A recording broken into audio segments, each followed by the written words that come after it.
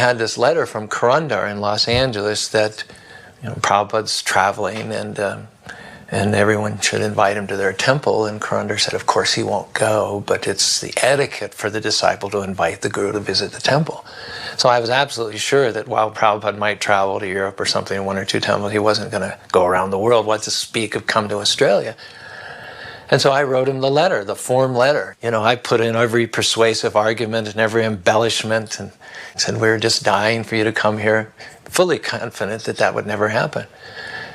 And gosh, 2 or 3 weeks later, they said Prabhupada's in India, they're having a big program in Bombay at the Kosh Maidan, and that he wanted to come to Australia right afterwards. Please send tickets for 3 people.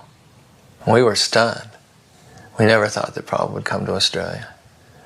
And as far as 3 tickets for 3 people, our income was $100 a week. Maybe that was a good week going out and selling back to guys. Where were we going to come up with $3,000? So we put like one of those thermometers on the board for fundraising. And lo and behold, there was a devotee there. And he came up to me one day and he said, I would like to facilitate Prabhupada's coming to Australia. I heard you need $3,000. And he just sold a house. So I got the tickets for Prabhupada, and he came to Australia. He came with Bhagavan and Padmavati, who had just been married, and he came with the deities, Radha Gopinath, that had been used at that Kosh Maidan Pandal. And Bhagavan sat on the plane with the deities in his lap. There was a whole bunch of devotees that had joined recently. Some had just joined that week, 7 days ago, some just 2 days ago. But Prabhupada decided he was just going to initiate everybody. And when Prabhupada arrived, Bali Madan and Bhagavan were carrying Radha Krishna deities. So Srila Prabhupada obviously wanted that there were some Brahmins. So we got initiation. 5 of us got first and second initiation simultaneously. Of course, I didn't know what a Brahmin was. I hadn't a clue really what initiation meant, although I did understand about following certain principles and chanting rounds. But at some point, someone announced, okay, we're going to have 5 Brahmins here, so you need Brahmin threads. And Bali Maridan took off a thread that he was wearing around him and said, make some of these. So I got up from the fire arena where I was sitting by the fire, ran out, went up and down the street looking for string. Something similar. I got as close as I could. And then I came back and sat by the fire again and was making these long string things with knots in them.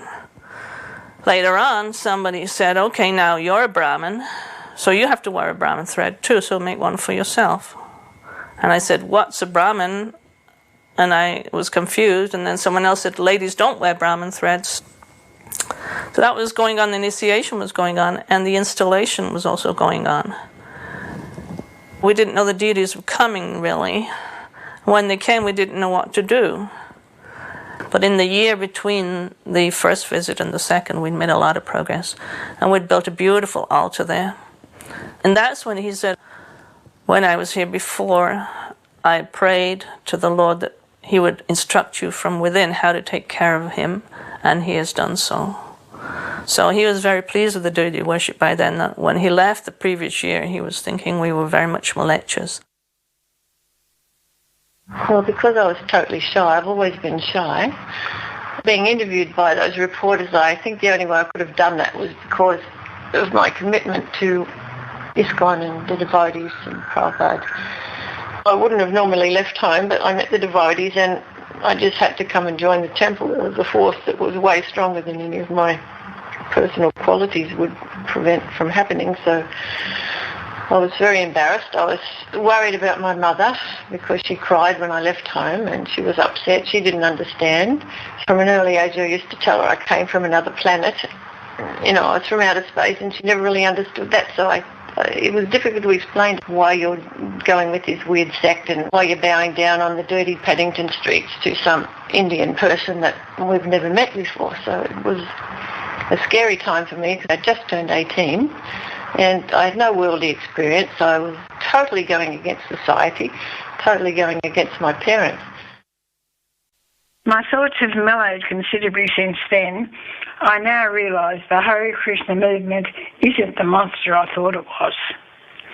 30 years ago, I was frightened of what I didn't understand. I know many of my daughter's devotee friends, and I find them to be loving, warm people. I love my Hare Krishna grandsons, who have turned out to be normal, everyday boys. And she's come to no harm. In fact, she's a lovely girl, and I'm very proud of her.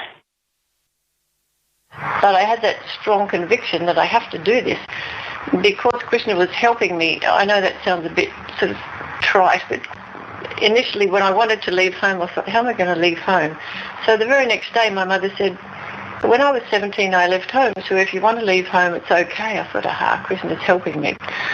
That real kind of connection with God was coming. You know, it's like that where you take one step towards God, he takes many steps towards you. So I could feel that. The first time I went to the temple, I was just totally overwhelmed with the prasadam, the smells. I thought, finally I'm home. So if I did anything in this life, I was going to stay there and I was going to do it because this was my ticket out of the material world, and this was the only place ever that I ever felt comfortable. So there was something special happening there due to Prabhupada's potency.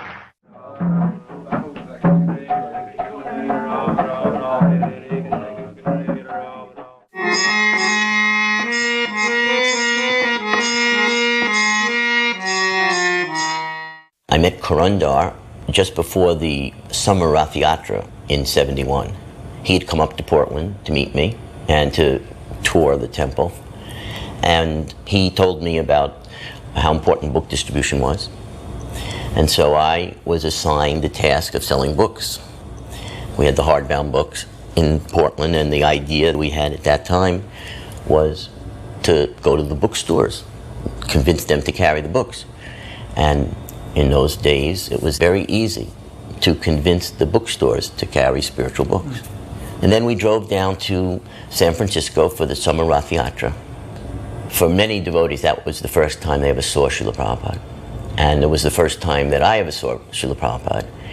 And everything I had been feeling from my own chanting and from hearing Prabhupada's bhajans became very magnified and intensified. Hundreds of devotees were crying, genuinely crying. That kirtan was a very special, ecstatic kirtan, a lot of mercy from Srila Prabhupada and Lord Jagannath that day. I was also very emotional. I was crying and very affected. I knew I was going to dedicate everything that I had to Srila Prabhupada.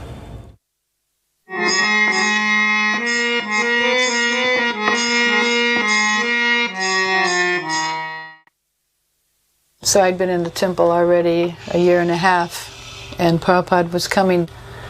So I remember that Malati, Jyotirmayi, Mandakini, and myself, we stayed back. Everybody else went to the airport. And I was feeling really, really badly because all the other devotees that had already met Prabhupada were like on another platform, and they were so excited. And Mandakini, we had to do everything. It pushed me to the point where I was kind of feeling negative. So I was feeling really bad about myself. So Prabhupada came through the door into Berry Place, and Malati was first in line, then Jyotirmayi, I think, then Mandakini, and there was a temple door, and I hung back to the back. So Prabhupada walked in with a big smile on his face, and he gave a garland to Malati, he gave a garland to Jyotirmayi, he gave a garland to Mandakini, and then he turned to go into the temple room. So I thought, well, you know, this is right because I'm such a nonsense, you know, I don't deserve anything from Prabhupada. But I remember when he went into the temple room, it was kind of late in the evening. Prabhupada offered his obeisances, very deliberate and very slow and just very transcendental. And then he stood up and he just held his hands and just looked into the deity so nicely. And then he went upstairs, and then all the devotees got back from the airport. And we were all in a big room, and it was either Ekadasi or it was going past midnight and it was going to become Ekadasi. So Prabhupada was giving out sweets, and he gave them to each devotee, and I stood way in the back because I was feeling so badly, you know, and he was just kind of, He kind of forced me to come. It was like, I didn't feel right coming up, but he forced me with his hand and put it in my hand like that, kind of smiled and dropped it in my hand. And then there was some talk about, it's Ekadasi, and there's cornstarch in the icing sugar that goes into Simply Wonderfuls. And Prabhupada, he said something like, we are not fanatics. And everybody, took their Simply Wonderfuls. And it was in the middle of the night when His Divine Grace arrived, and we were all lined up to meet him. But the most amazing thing was that when he arrived, he was golden. He was just golden. And you could hear the devotees, as Prabhupada was walking by, you could hear one devotee after another. They were like gasping and, in surprise. He's golden, but he's golden. He's golden. And it really was. Prabhupada just appeared on this specific occasion. It was different than other times. Prabhupada's always transcendental and effulgent, but this particular time he was looking like a walking deity or something. He was just looking very golden.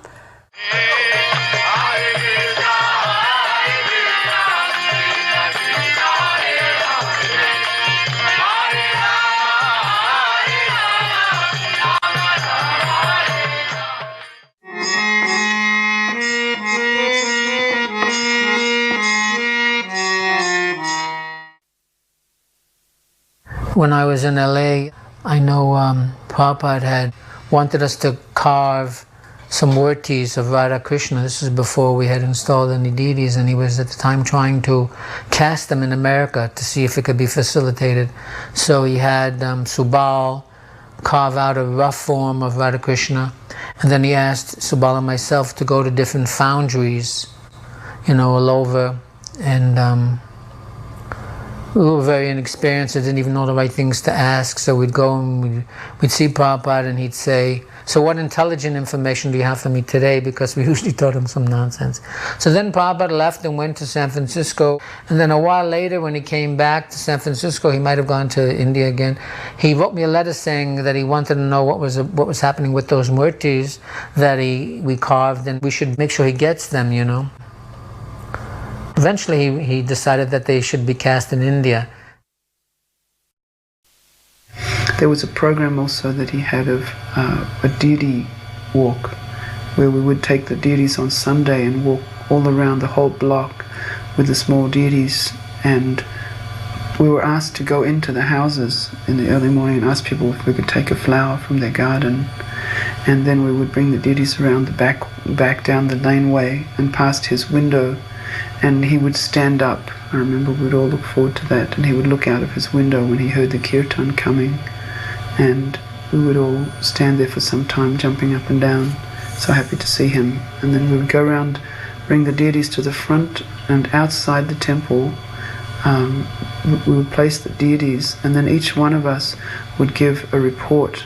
And this was quite shocking for me because I was such a new devotee, but you'd have to walk up in front of the deities with your hands folded and say, my dear Lord, this is what I've done this week, and say what your service was, and so on and so forth. It was such a spontaneous kind of a mood to talk to the deities like that. At first I was a little shocked, but I grew to quite like that. And everyone in the temple would have to present themselves and say what they had done for the pleasure of the deities. Prabhupada was fixed in his preaching mission, and that was his ecstasy. But every now and then, his internal emotions would bubble up sometimes. So usually Prabhupada would come and offer his obeisances to the three altars, and then he would come and sit on the Vyasasana, and we would offer obeisances, and we would still be in the process of bowing down, and he'd be sitting on the Vyasasana, and he would begin with the Sanskrit, Om Purnamada Purnamidam, the Sanskrit rolling out, and nothing came, there was nothing coming. So we all looked up, and Prabhupada was sitting and he was looking at the deities, and tears were just pouring down his eyes. He couldn't speak, just tears were pouring down his eyes. And it was the most far out thing, because then he pulled himself up straight, he took a deep breath, and you could tell he just suppressed, physically, just pushed it down and went on with his business. It was like Daruka, it was a disturbance to his service, But there was no question that Prabhupada was on the highest level. But he was so dedicated to his spiritual master, he would not let his personal ecstasy interrupt his service to his Guru Maharaj. And then one time Prabhupada was leaving The Vyasa-san was in the back, and there's a side door, and Prabhupada had his slippers right there. So Prabhupada went out, and he had his back to us, and he was just slipping on his slippers. I think someone was helping him slip them on. And he turned to us, and we were just sitting there with our mouths open, nobody moving. And Prabhupada said, "Yes, if I told you everything, you would faint." And then he walked up to his room. Prabhupada invited all the other temple presidents to come and see the LA standard. And he wanted this standard to be introduced, especially with the deity worship, with the 3 altars. Prabhupada, when we got the building, Prabhupada went room to room and picked out what each room should be used for. Now, where you walk in now and there's a temple, that actually wasn't the temple that Prabhupada chose. Prabhupada had another vision that wasn't our vision.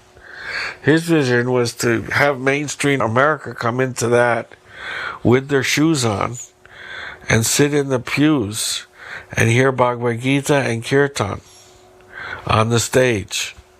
We put Prabhupada's Vyasasana on the stage, and he had Vishnu John play the organ.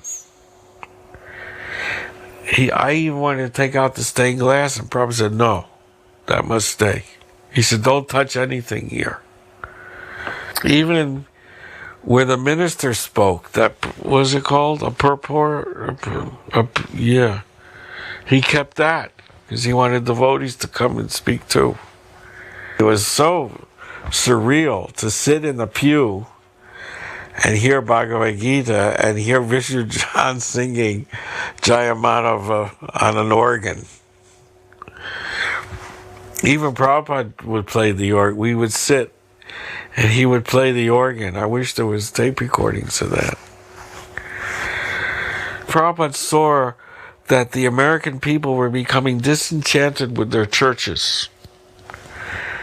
He said, "Now I will enchant them with Krishna consciousness."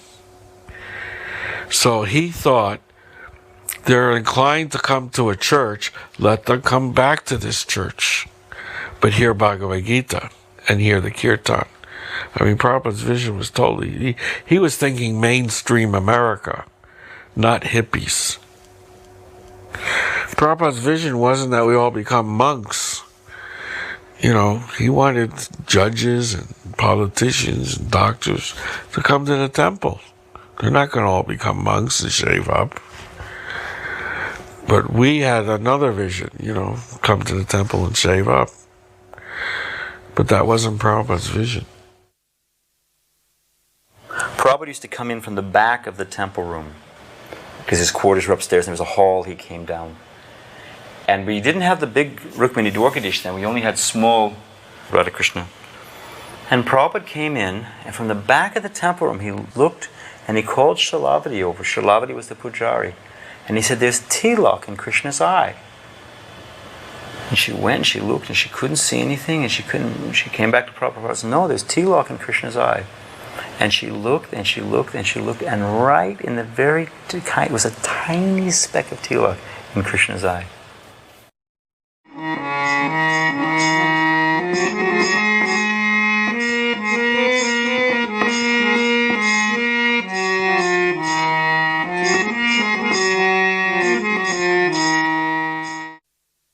There was another moment that was very special to me. There were some devotees, I think it was Brahmachari, that came from Germany, and they were saying that the head pujari should not be a woman, Prabhupada said. And I remember short after that Prabhupada came, and I was in the deed room. I just did arti, and Prabhupada came in. He was on his own, he'd just been outside, and because the temple room door is very close to the front door, he just came in to see the deities. I was just standing there next to Prabhupada, and he turned to me and said, "Are you in charge?" And I said, "Yes, Prabhupada." And he smiled and nodded, and he said, "That's very good." And it was like Prabhupada kind of knew that I was given a hard time, but it was like a nod and a wink, like once a year when Prabhupada came. And that was actually what kept me going, because otherwise it was very tough. The room was full. The condensation was dripping as it did in those days. It was just so packed out in such a small space. It was impossible to believe how many people could fit into such a small space. But Prabhupada had finished giving his lecture, and that is Krishna consciousness. Are there any questions? And immediately an Indian lady stood up, and her question was, Swamiji, can you see God? It was like a challenging tone, and immediately Prabhupada replied, yes, you cannot. And then he looked around the room and said, Krishna is everywhere. You cannot see? And there was silence, just that she didn't know what to do. And so Prabhupada said, why you cannot see God? And she didn't know what to do. Then Prabhupada said, do you want to see Krishna? And the lady, she was getting embarrassed, and she looked down and said, no, Swamiji. And Prabhupada immediately said, therefore you cannot see. One beautiful memory from that time, actually, it actually concerns Sudajaya, a French devotee who joined around that time when he was visiting from Paris, and this was his first meeting with Prabhupada. The temple was crowded, and he was sort of just peeping through the door. And he asked at the end of Prabhupada's lecture, he started just telling Prabhupada, he said, you know, I met the devotees here in London. I came here to get a job. But I met the devotees, and I just find they're so attractive. I just want to be around them. And now I've heard you speaking, and you know, it's just so beautiful. It's so wonderful to be here in the temple, surrounded by all these wonderful devotees, and listening to you. And I don't want to go back to find a job. I don't want to go back to Paris. I just want to stay here with all the devotees. And Prabhupada turned and he said, with a big smile, he said, that is because from crow you have become swan. And everyone just like erupted into laughter and joy and cheering, you know. It was a very nice moment. When he got initiated, Prabhupada, the swan. Oh, right, the swan.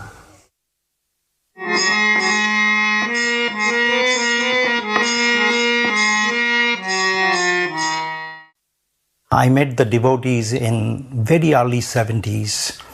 One afternoon I saw them in Calcutta playing Mridanga, and after some time they were preaching.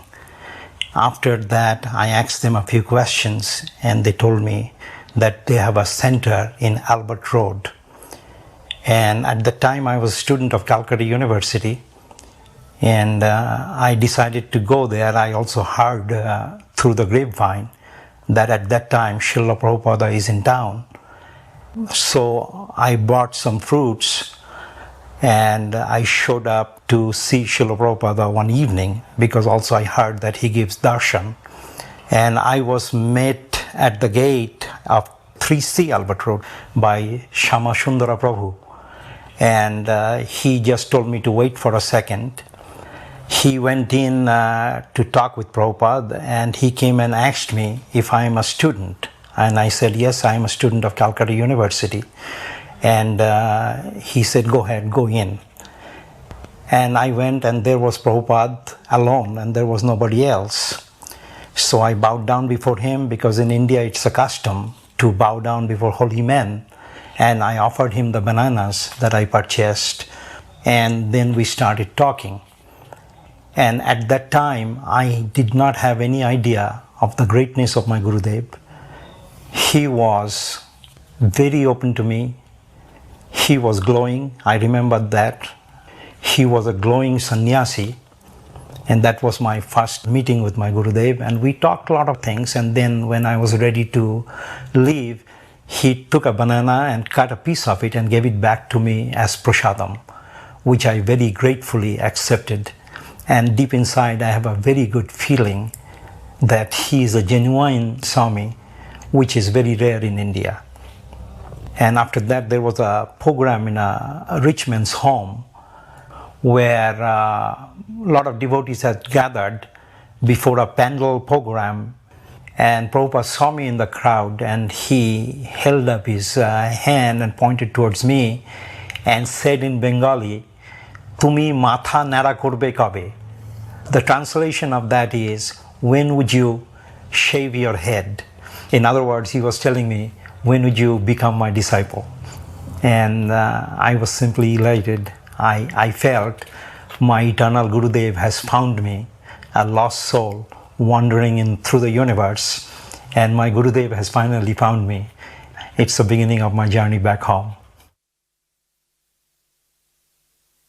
The Pandal program was scheduled to begin, but some of the work was still going on. Now, at this time in northern Calcutta, there was some bombing and shooting going on between the Naxalites, the communists, and other people. And we had some chairs for life members in case some people didn't want to sit on the ground. There were some seats, 1 rupee each. So this was the basis for the Naxalites to complain. So they're complaining. Meanwhile, there's a gentleman named Colonel Dutta who used to come to the Calcutta temple. And he wore this pith helmet, this like African hat that was very flamboyant. So he wanted to fight all the Naxalites, and I said, no, that's not a good idea. But he was barring the entrance, and they were going back and forth, and you could hear a lot of commotion. Meanwhile, Prabhupada's up on the stage, and Prabhupada wanted to know what all the commotion was. Meanwhile, a note then came and said, quit or die, quit India or die. Prabhupada sees it, and he said, let's go, let's start the Pandal. He sang the Brahma Samhita prayers. And he's told me also, he said, go and tell them that if they want to sit in the 1 rupee chairs, that they can. Just invite them to sit. So I invited them to sit. This diffused their argument. Prabhupada started singing the Brahma Samhita prayers, Chintamani Prakara Sadmanaso, and they just quieted down. And the Pandal program started. Before the Pandal program began, some reporters came to interview Srila Prabhupada, and one of them challenged, what is the point of spending so much money, making so many arrangements for this Pandal, when the money could be used for better purposes, to feed people? Srila Prabhupada replied, the purpose of the Pandal is simply to give people a chance to come and hear.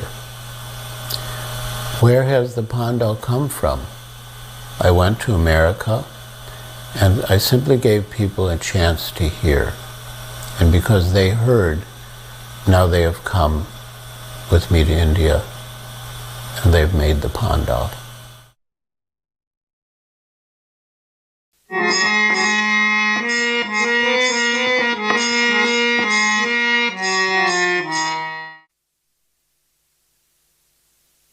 His Divine Grace, Srila A.C. Bhaktivedanta Swami Prabhupada, is reaching now from Calcutta to the New Delhi airport for attending the 9 days discourse of Srimad Bhagavatam. All the distinguished guests are welcoming him, including the Mayor of Delhi, Hansraj Gupta, MLA of Delhi State, member of our ad hoc committee, who will arrange all the discourses in New Delhi. The place is very difficult to get discourses in New Delhi, but by the arrangement with the government of India, the mayor could arrange everything perfectly. What an appropriate event for Srila Prabhupada to be received as a very important person at the Delhi Palam Airport when he arrives for the first Delhi Pandal in Connaught Circus, and many members of the government were invited to greet Srila Prabhupada. Gurudas is the official host. Srila Prabhupada is always so much untouched by praise. He humbly receives whatever level of consciousness that his disciples have been awarded with, and receives it with such humility. Now this is the first magazine Prabhupada is seeing printed for this occasion from Delhi, called Back to Godhead in Hindi, Bhagavad Darshan. And he was very pleased that our Hindi magazine is coming first time in India. You can watch him observing people and their progress in their spiritual life. So perceptive. He was able to see externally and internally the progress of his disciples. I find that so thrilling to watch the behavior. And he seems oblivious to anything other than the bhakti, the advancement in Krishna consciousness. He gives the same message country after country, encourages each disciple. But it was very appropriate for someone who had lived and served in Delhi in the late 50s and early 60s, single-handedly alone, with no help, and just within 10 years, such a tremendous change of appreciation. Prabhupada was big news.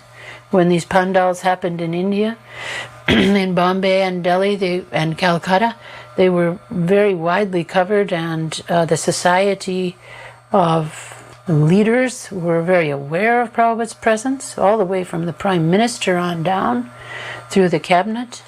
The Prime Minister herself was very appreciative of our Krishna consciousness movement, and through some of the honorary members of Parliament who spoke on her behalf to her, she was helpful in the early years of our Krishna consciousness movement, met with the devotees, and gave a good word.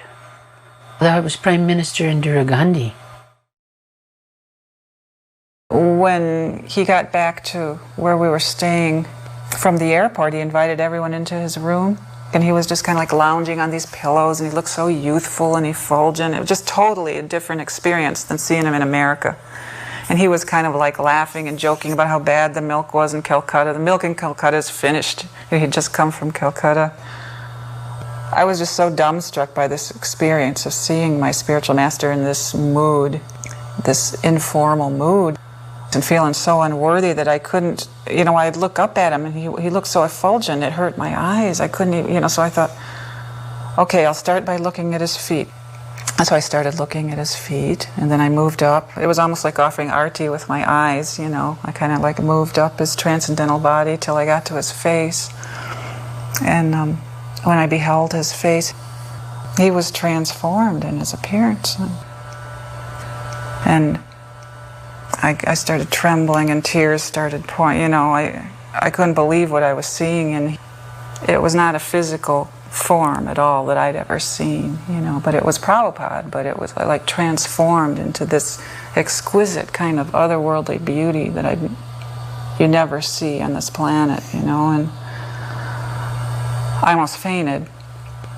Seeing Prabhupada's appearance transform was like a tangible proof to me that he was a being from the spiritual plane, from the spiritual world, in our midst. And every once in a while, the veil would lift from our eyes and we'd get a little glimpse, by Prabhupada's mercy. This is literally the first day of the Delhi Pandal. There's the wonderful asana.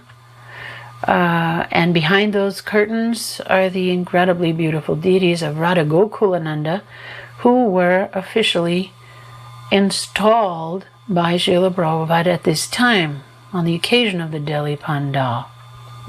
There was an instance for both the Pandal in Delhi, the first Bombay Pandal. Those deities went to Australia and New Zealand. These went to the manor. And in Jaipur, the Radha Govinda deities, which ultimately went to New York. Prabhupada considered that these festival programs were an installation of the deity. In other words, they were worshipped in his presence. So for a pure devotee to be introducing them to worship is naturally a form of installation. So these deities, there were different pastimes in these three places of London and New York and Dallas, where devotees actually made some adjustment on the Archa Vigraha in some small way And when Prabhupada heard that, he said, no, these deities have already been worshipped. This should not take place. So it so happened that I was the person that was arranging for their worship and installation on that aspect of the pandal. And shortly after the end of that program, I literally fell unconscious into a coma for 3 days. One evening, an American young man, or hooligan, came forward to the stage. You know, he was bare-chested with a leather vest. He had tattoos all over his body. He had chains hanging from his neck, and he had wild long hair. And he came up to the stage in a very aggressive mood. He wanted to challenge Srila Prabhupada. So immediately Prabhupada's disciples rushed forward to keep him away. But Srila Prabhupada surprised us all and said, no, let him come on the stage. So Prabhupada had him come on the stage. He had the disciples give him a cushion or asan to sit in. And Prabhupada had the disciples put a microphone in front of him. He said, have you realized yourself within yourself? And Srila Prabhupada said, yes. Then the young man was sort of taken aback. And he said, how old is the Bhagavad Gita? Srila Prabhupada said, 5,000 years.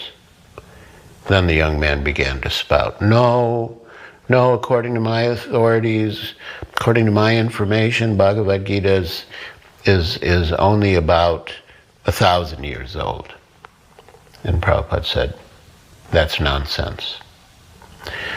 Then the young man asked another challenging question, and Prabhupada finally said, no, you answer my question now. What is the process for learning Bhagavad Gita? And the young man said, no, I asked you first. You answer my question first. And Prabhupada retorted, no, I'm not your servant. I don't have to answer your question. You answer my question. What is the process for learning Bhagavad Gita? So eventually, the two were shouting at each other, and Prabhupada motioned, and the disciples escorted the man from the stage. And then Srila Prabhupada proceeded to explain what the process for receiving the knowledge of Bhagavad Gita is, and that is submissive oral reception, not by challenging. Now, I was in the audience distributing books at the time, and the incident created pandemonium in the audience, and the whole audience was polarized, some in favor of Prabhupada and some in favor of the young man. The ones that were sympathetic to the young man got up and surrounded us and started to challenge us and say, you know, your Guru Maharaj should have answered his question.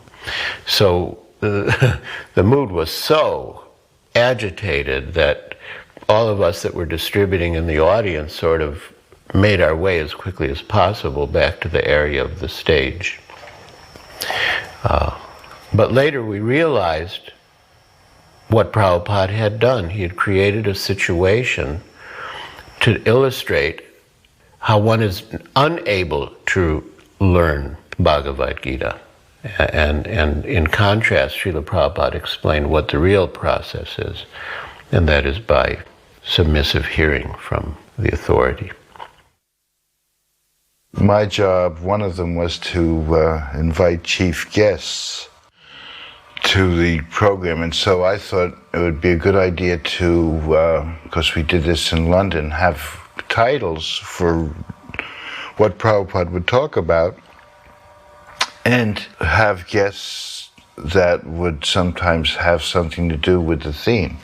One of the chief guests was James George, the Canadian ambassador to India, who was very favorable. I think his talk was appreciated by the populace as well as any of the chief guests, if not more. So we invited Dr. Atmaram, the chief scientist, and he talked on how religion and science actually don't have to be at odds with each other. And then Prabhupada spoke on, like Easy Journey to Other Planets type of a scientific talk. So we invited Hans Raj Gupta, the mayor of Delhi, who was a really good friend of Prabhupada. It was more anecdotal, how Prabhupada continued and persevered and started the League of Devotees and printed the Srimad Bhagavatams. It was very enlightening to us because Prabhupada really did persevere at the beginning of many of the things that we take for granted and made them happen. This is the first expansion of Srila Prabhupada's energy that has become the Glory of India project today. Srila Prabhupada, when he left for the West, knew he was going to come back and inundate India with Krishna consciousness, just the way Lord Chaitanya inundated the subcontinent of India with Krishna consciousness. Srila Prabhupada's destiny was to do that. And when he brought his disciples back from the West, who were enthusiastic but very new disciples, he started sending them various places for preaching work. So Delhi, Calcutta, and Bombay were the first three big cities that Srila Prabhupada worked on. And because this was the capital, it was important.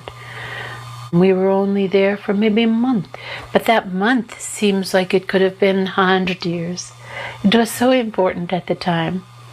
So these were just the very little beginning foundation blocks of what later became the Delhi ISKCON Temple project.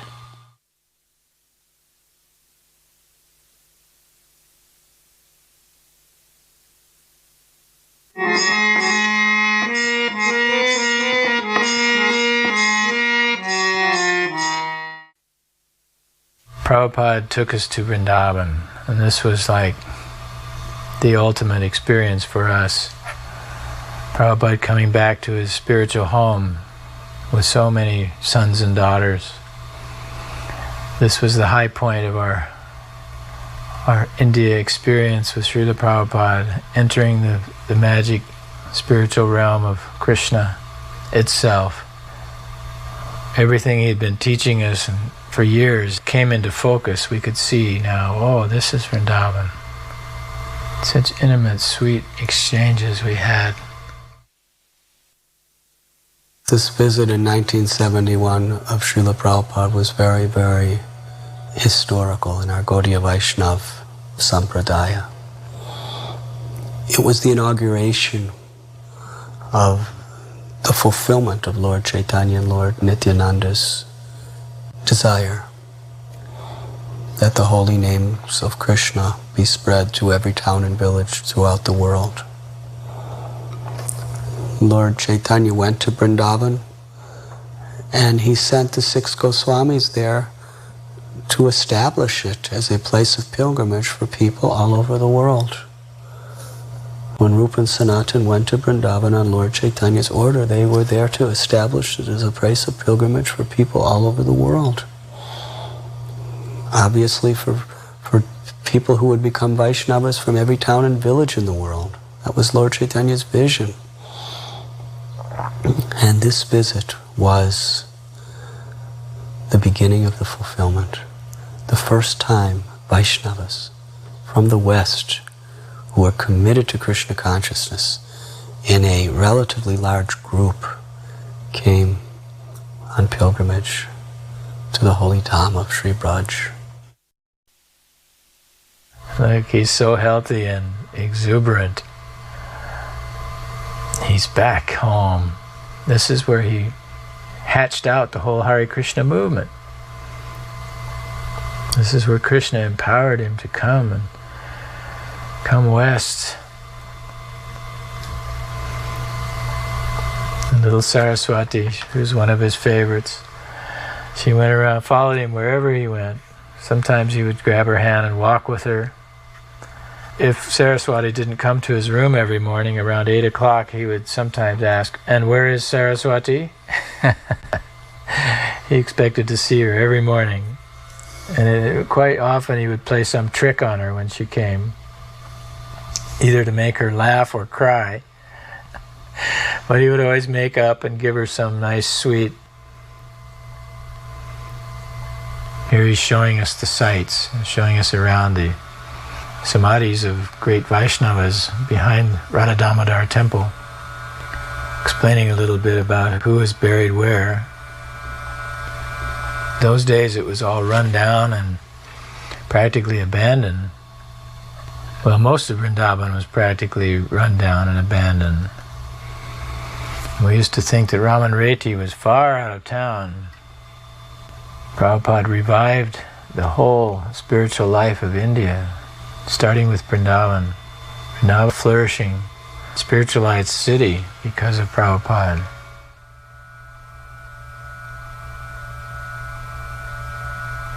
Of course, Rupa Goswami's samadhi there, Prabhupada's favorite place. He used to say that Rupa Goswami inspired him to go to the West and spread Krishna consciousness, as he would sit in his room and gaze out on his samadhi year after year and chant and read, translate. When we arrived in Vrindavan, I remember walking into Srila Prabhupada's room and paying my obeisances and saying, Srila Prabhupada, what should we do now? And he looked down at me and he said, just wander. So that's exactly what I did. I just went out into the Vrindavan village, and everything I'd read about in Nectar of Devotion and Krishna book, I was thinking of those things. And I wanted to take rest under a Kalpa Vriksha tree. It's something I'd wanted to do for a long time, so I just actually found one tree in the forest, and I actually fell asleep and slept very soundly and very deeply for a couple hours. And when I woke up, it was evening time, and I didn't really know where everybody was, but I heard in the background the kirtan going on, Hare Krishna. And so I followed the sound, and I arrived at this big program where all Srila Prabhupada and all the devotees were, and the lecture had just stopped and they were serving out prasadam. It was a great day in my life, just the way it worked out. Prabhupada was giving a lecture in a garden. There was a small pandal set up, and many Brijavasis came to attend that.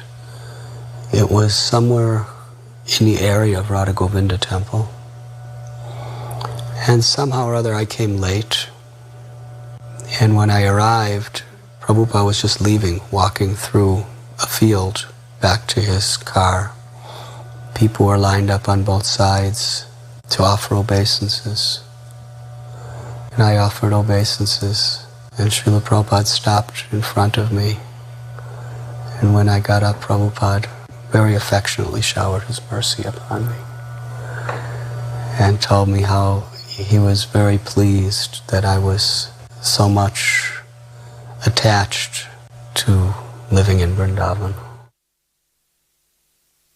And I was so ecstatic, and we got into the ambassador car at the Delhi airport. Sharma Sundar was there, and Prabhupada was sitting in the front. And we were riding to Vrindavan, and Prabhupada was quiet. And I was thinking, he's going to give some spiritual sloka about Vrindavan that will inspire us. Prabhupada was quiet. Finally, I hear Prabhupada clear his throat, and he said, cement. We must get cement and build a water tower like that. He pointed out the water tower so we could have sweet water. But look at that. No, I'll never forget that kirtan. It was like you could feel demigods showering flowers. And the people were stunned. They'd never, because the way we did kirtan was, Prabhupada did kirtan different than the traditional like Bengali or something. And when we first went to India, we were chanting like Prabhupada, and it was like that people had never heard. It was so potent. Prabhupada leading and the disciples following. And these people had never heard anything like it, and they were just thunderstruck. I just loved, kirtan was my savior. It was my shelter. It washed everything away. It washed away all anxieties. To me, the perfection of life is to be with Srila Prabhupada in Kirtan. It's like all I want in life, and I don't care where it is or when it is. That's just all I want.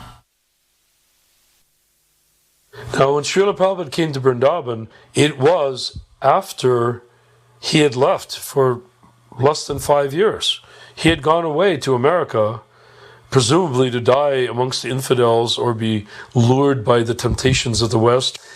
But anyhow, when he came back, surrounded by disciples, after having made a famous tour through Surat and other parts of India, big Pandal programs in Calcutta, in Bombay, in New Delhi, that were in the newspapers, were traveling by word of mouth. So when Prabhupada appeared there with a few of his many devotees, it was an astonishing event that people could not ignore. And when he marched through, it was a triumphant march. They did not fail to be deeply impressed. Because who else in the history of Gaudiya Vaishnavism, even from the time of Chaitanya Mahaprabhu, could lay claim to such a feat? Srila Prabhupada took us to many holy spots in Vrindavan. We would go by bus and he would ride in this ambassador car. And here we are at Brahmanda Ghat in Gokul, where Mother Yasoda saw the universe in Krishna's mouth. Srila Prabhupada is telling the story, much to our delight.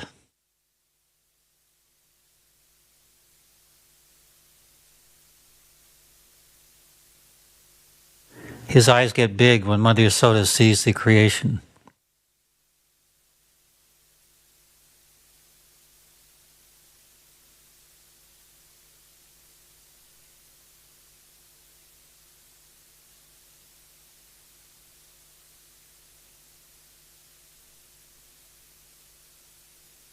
For most of us, this is the first time we'd seen the Jamuna, and we were very eager to bathe in her transcendental waters. The bus went to Gokul, and we came out. Dinanath Prabhu was leading the kirtan, and Prabhupada came out of his ambassador car, which was in front of the bus. And we walked for some time up behind Prabhupada doing Harinam Sankirtan, and Prabhupada stopped us and turned around and said, "This is the wrong Gokul. This is Ballabhacharya's Gokul. We want to go to Mahavan Gokul." So then we all got back in the buses. And from there, from what I remember, we went to Brahmanda Ghat, where we saw the beauty of the holy river Jamuna. Prabhupada came down with us, and he sprinkled water on his head. Then he told all the devotees that they should have full bath. And I believe Prabhupada was feeling somewhat ill that day, so he said that he was not going to take full bath. So he was sitting on the steps, and the devotees were bathing, and Prabhupada was watching us. He was so happy. His disciples, who he loved so very, very dearly, who he gave his life and soul to give them Krishna's love. Here they were in Gokul at the holy banks of Brahmanda Ghat, happily taking their baths in the sacred river Jamuna. What that must have meant for Prabhupada. He's sitting there watching us take bath, and pretty soon he wants to go in with us. What can I do? My devotees want me.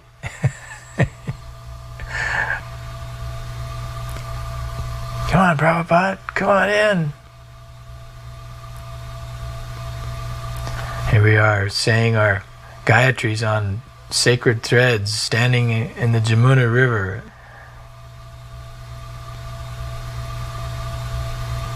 Ah, there he comes. Prabhupada.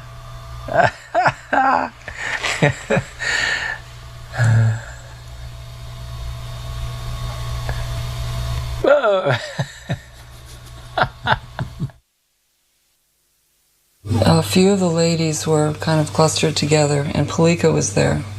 And at some point, we noticed that Srila Prabhupada was going in the water, although at first it didn't look like he was going to go in. Suddenly it was like, Prabhupada's going in. You know, I looked at Palika, we had the same reaction. We're going in too. We have to be in there with Prabhupada. And we have to do it fast because he's going to say Gayatri, and we wanted to say Gayatri with him. But both of us had only been in India for like a month. And we knew that the ladies bathed in the Yamuna, but we didn't know how they did it. You know, should we go in with our full saris and then walk around dripping wet? Because we only had a few seconds. Palika was down to her slip. And I was like, okay, me too. And it didn't matter anyway, because as soon as we hit the water, we went right under. So we were up to our necks in water anyway, so we were covered. And we wanted to get as close to Prabhupada as we could while he was saying Gayatri, and we got really close, like within 10 feet of him. And just our little heads, you know, were like scrunched under the water, and we got to say Gayatri with Prabhupada that day. And to me, that's the most memorable experience of the whole thing, was that Gayatri in the water with Prabhupada so close.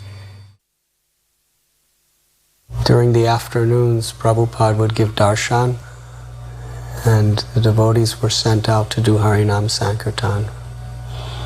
And during that time, I had the great fortune of sitting in the room and attending all of his darshans each day. They were very intimate. Vrajabasis would come, his old friends, godbrothers would come, Goswamis would come, sometimes guests would come. And Prabhupada would just sometimes speak to them very informally. Sometimes he would preach to them very strongly. And sometimes he just had loving conversations.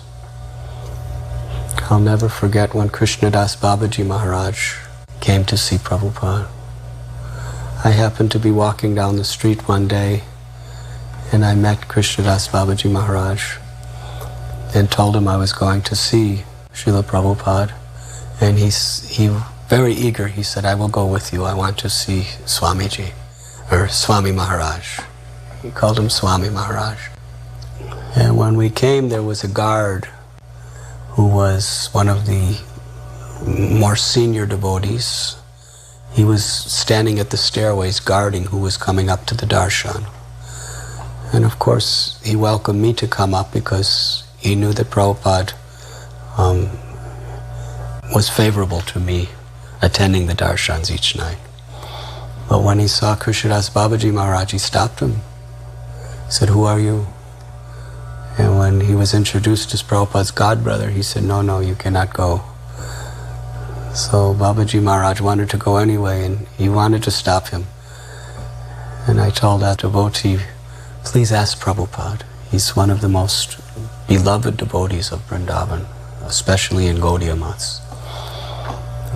And a messenger came back and said, yes, Prabhupada immediately wants to see him. So we went up together, and Srila Prabhupada, when he saw Babaji Maharaj, he was sitting behind a little desk, and there was maybe about 6 or 7 people that he was talking to in the room. And Prabhupada got up, and they embraced, and they were just laughing and talking in Bengali. Prabhupada brought Babaji Maharaj to sit next to him behind the desk. And the whole time, they were just laughing and talking and looking at each other with so much affection. And the 6 or 7 people who were there were completely forgotten, so they left. And I just sat there, just watching this interaction. I couldn't understand a word of it because they were speaking Bengali language. But I learned so much, not by their language, but just by seeing the genuine love that these two great personalities had for each other and the intimate relationship they shared. And they were constantly saying Hare Krishna and laughing. I understood then that this is the goal of life, to have this type of love with Vaishnavas in sharing the mission of the spiritual master and and pure love for Radha and Krishna. I think they were together for probably almost 45 minutes to an hour. And then Prabhupada made sure Babaji Maharaj got nice prasad. We went to Mr. Saraf's house, and he had just decided to give us the land in Raman Reti. There was a slip of paper that said yes and a slip of paper that said no. Our friend Shama Devi from London and Kenya and Vrindavan also wanted this piece of land. She had a ashram down the street in Raman Reti, and this would be an expansion for her. She was vying for it. Radharani arranged so that we picked the right slip of paper that said yes, and so Mr. Sharaf was finalizing this process at his house, signing the papers and the deeds, and Shamashunda was with me, and he had a portable typewriter and he was making this draft. At the same time, Gaurachand Goswami and Madan Mohan Goswami had shown up because they were contending and wanting money for Prabhupada's rooms in Radha Damodar temple. At the same time, Prabhupada had sent me to Mathura to arrange for these rooms for life as a seva. It's a technicality, and so we were also drawing up this draft. The interesting thing is that even though Madan Mohan Goswami and Gaurachand Goswami lived across the same courtyard in Radha Damodar temple, they were not speaking, and they were both in Goswami families. So Prabhupada put Gaurachand Goswami in one room, Madan Mohan Goswami in another room. I was going from room to room. Samarshanda was making up documents. At the same time, Shama Devi came with a member of parliament and a policeman to try and contest this land being given to Prabhupada. We put her in another room. So Mr. Sharaf's house was full of people who were not talking and arguing, contending, and Samarshanda was making up documents. At this point, Krishna Das Babaji shows up, Prabhupada's godbrother. Somehow or other, he always knew when Prabhupada was coming to Vrindavan. This was not announced, there was no emails. And he shows up from Radhakund, and he laughs and chants. He didn't speak much. He laughed a lot, he chanted a lot. One time he left his bead bag in a nun's room, and we immediately had a poll how fast he would be to return to get it. And I said, well, at least within the minute. And sure enough, he came back and got his beads. So I called Prabhupada the ringmaster, because he was like a circus ringmaster, taming clowns and lions and contesting people. And all the documents were drawn up. We got the rooms in Radha Damodar for life. We got the land. Shama Devi couldn't do anything, and Krishna Das chanted and laughed. And it was a wonderful day at Mr. Sari's house. After the incredibly successful Pandal in Delhi, where tens of thousands of people were coming every night to hear Srila Prabhupada, Srila Prabhupada took just a few of us, 20 or 30, to Vrindavan.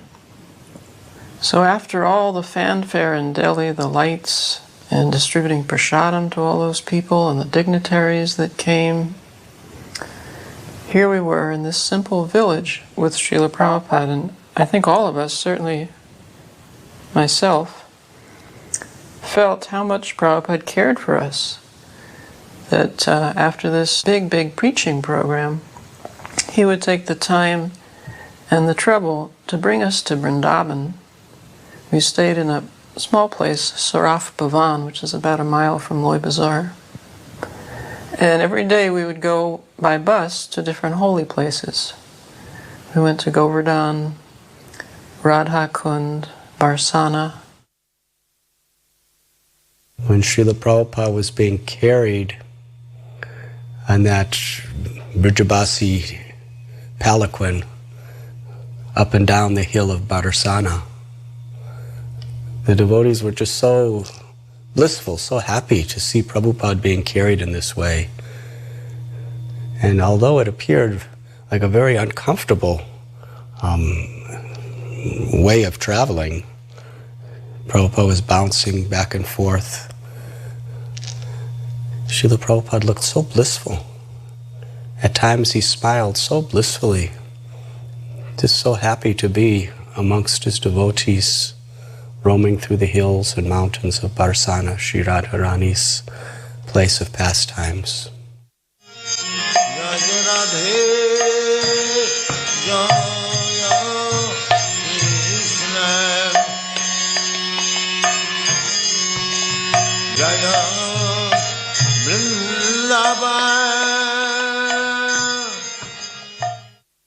In Govardhan, Prabhupada was taking prasadam. Malati used to travel with us always and cook for Prabhupada. Even on the bus, Prabhupada would sit in the front seat because his car had broken down. So he would be on the front seat of the bus and Malati would be in the back seat doing whatever she was doing. Nobody knew for sure. But then eventually she would come through the aisle of the bus and present to Prabhupada a beautiful plate of prasadam. It was a little bit miraculous how she did that. So she was Prabhupada's cook during this time. And I remember in Govardhan, she served Prabhupada his prasadam and a dog wandered by, a hungry dog. And Malati was about to give it the standard hut to drive it away when Prabhupada stopped her and threw a piece of his samosa to this dog, which actually delighted Malati. She was happy to see and also to hear Prabhupada say that no living entity should go hungry in Krishna's Dham. He was constantly concerned with everyone's health and well-being. And everyone had a task. And Prabhupada would assign the different duties and jobs and tasks for each of us, and we would all report to him every day what we had accomplished. He would give us guidance for the next day's tasks. We had to become Vaishnavas finally, in manner and in dress. So Prabhupada taught us all the ropes, all the different ways a Vaishnava should act in India. By example, we got to follow him around and watch him every moment. We just began to emulate what Prabhupada did.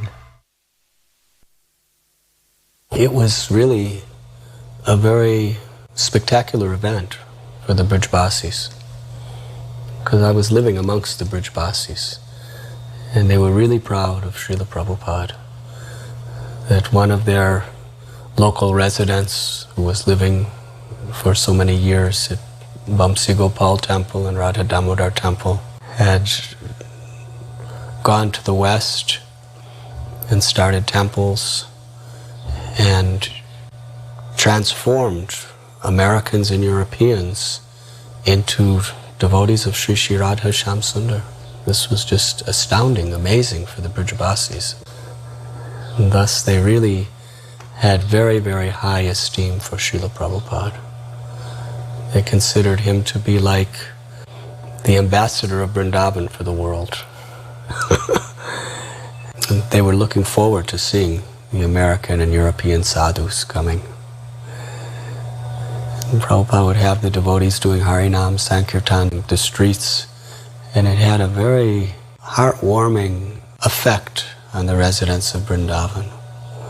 They were joyful to see people from all over the world, young people, full of life and opportunities, who had accepted their culture, their faith, and especially they accepted the mercy of Srimati Radharani. And this was very meaningful to the Brijbasis. At that time, I was with Prabhupada from the Mangal Arati through the evening. But then after the evening darshans, I would go back and just to the bank of Jamuna, and I would be with my friends, the local inhabitants of Vrindavan, and they were very much talking about the glories of Srila Prabhupada. It was the first time Vrindavan had ever seen anything like this in history. Krishna appeared 5,000 years ago in Vrindavan and performed his transcendental pastimes.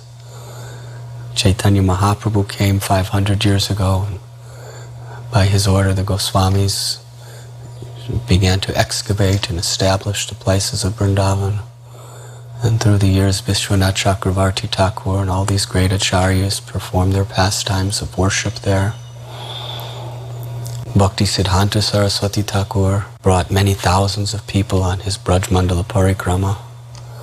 But never before in the history of Braj Bhumi did people from all over the world, from outside of India, come in a spirit of devotion to worship Sri Sri Radha and Krishna.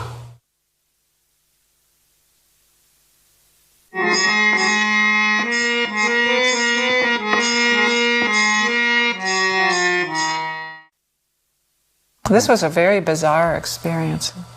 It's like the people were just like mobbing. It got to be this almost like a frenzy, like a hysteria. You know, it's like they were so excited to have the devotees there. And as we're going down the street, we're knocking over like vegetable stalls and it was like... And so Prabhupada appeared to be feeling ill, like we couldn't tell if he was sleeping or if he was fainting, And then we ended up in this, some kind of sports stadium or something, remember that? And Prabhupada was in this little room, and we closed the gates, like these big wooden doors. And then the people just wanted to see Prabhupada, but Prabhupada wasn't well. And so the devotees got him in this room and just kind of like closed the room and wouldn't let the people come in, and they just got more and more upset, and they were kind of like banging on these gates trying to get in, and I was getting like scared. Like, were they going to break down the doors and like stampede us and what they were going to do to us? Because they were getting a little angry too. I mean, it was like that. People just like thronged Prabhupada like some rock star or something, They wanted to rip him apart, get a piece of him. And so I don't think Prabhupada ever did speak. I don't even remember how we got Prabhupada out of it, but I do remember that he sent groups of devotees out to have contact with the people. I remember myself and Narayan being sent out as a team, and we went to this little temple, and I think Narayan gave a little talk, and we had a little kirtan, and the people were satisfied. They wanted to see us too, the white sadhus, it was just so exciting for them to see these white sadhus. See, look at Prabhupada, he looks... Because sometimes he was like sitting on this thing, like with his eyes closed and his head nodding, like we didn't know if he'd like had a stroke or if he had fainted from the heat or if he was sleeping, it was just really strange.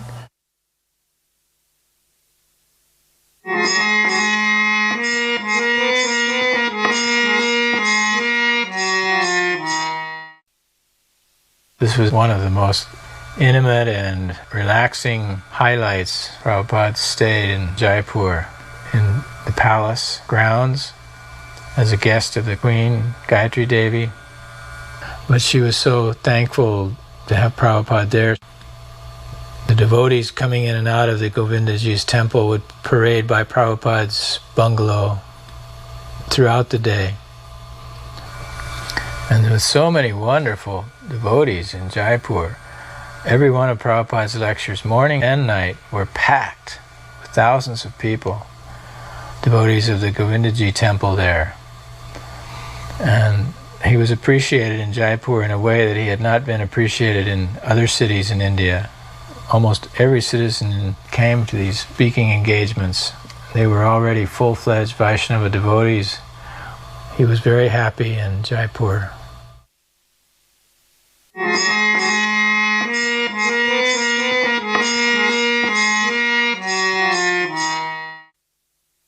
At that time, Prabhupada lived in a grass hut. There was no other place to live in. I remember Prabhupada one time was sitting in the grass hut and he just, He just said this grass hut is an mode of goodness. And this is all you need for spiritual life. Live in a grass hut and live by the side of the holy river, chant Hare Krishna. But if we do this, people won't come here. So we have to build the big buildings with concrete and steel and bricks. Those buildings are in the mode of passion. But for preaching, we can build those buildings. But for our own selves, this should be enough. Before the festival, I had approached Srila Prabhupada on the balcony in Calcutta and said, Srila Prabhupada, I've been trying to understand what you want of us, what your desire is. I could see that Srila Prabhupada was really listening and taking every word into his heart. And then I said, 2 things seem to please you the most. Distributing your books and building the big temple in Mayapur. And Srila Prabhupada's eyes opened wide, his face lit up, he smiled and he glanced at me and he said, yes, you have understood. And then he said, if you build this temple in Mayapur, Srila Bhaktivinoda Thakur will personally come and take you all back to Godhead. Bhavananda Prabhu said, Srila Prabhupada, we're sitting in the middle of these rice fields. I'm from New York. He says, Srabi, the architect, is from Amsterdam. You know, we're all from cities. We're all from big cities.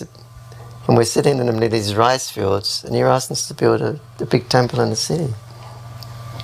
How we can do this, Prabhupada? And he said, Prabhupada, where will all the money come from? And Prabhupada said, Bhavananda is always thinking, where will money come from? He said, actually, here you have Radha Madhava. He said, Madhava means the husband of goddess of fortune. Simply serve Madhava nicely and everything will come. You don't have to worry about money. Well, Prabhupada, we don't know where to start even. They had the design for the Lotus building and you know, where to put it. We're really bewildered, standing in the middle of rice fields. No, Prabhupada, he didn't procrastinate, as we say. So Prabhupada said, come with me. We had 3 acres of land at that time, 1 strip of land from the road. So Prabhupada, he put a clod of earth down, then he just paced so far down, then he put another clod of earth, then he just turned and he paced the other way, put another clod of earth, paced up the other end. So he put 4 clods of earth and he said, build it here. That was it.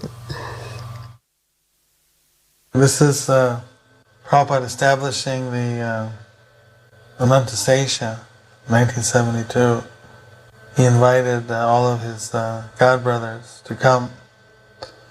And many god brothers had already left, so there were disciples of god brothers, his spiritual nephews. So he invited them all to come. And then he spoke to them that Srila Bhaktisiddhanta Saraswati Thakur wanted us to all work together.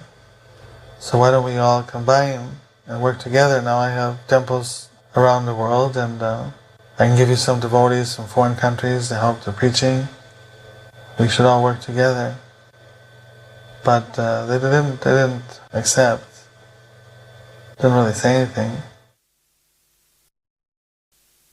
He had told us to dig a pit, and we dug a pit about 15 feet deep and probably around 6 to 8 feet wide with a bamboo ladder going down inside. He said he was going to set the cornerstone. We had no idea what setting a cornerstone was going to be like. But apparently his friend and godbrother Puri Maharaj had come bringing a little solid 24-karat gold Anantasesha. It was about 1.5 inches high.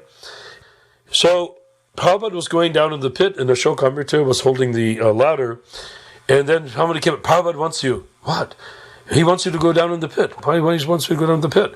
And I saw the Prabhupada is walking down the ladder. And I came over and I went down in the pit with Srila Prabhupada. And to me it was symbolic enough. I'm in a pit with a ladder and Prabhupada, what more do I want?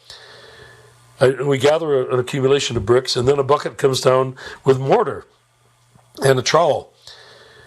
So I didn't know what to do. And Prabhupada said, just gestured at his We are building a temple here, he said like that. So I pick up a brick and I butter it with mortar and I set it down, and then I put another one and I start to set it just very nicely like a chimney or something of that sort.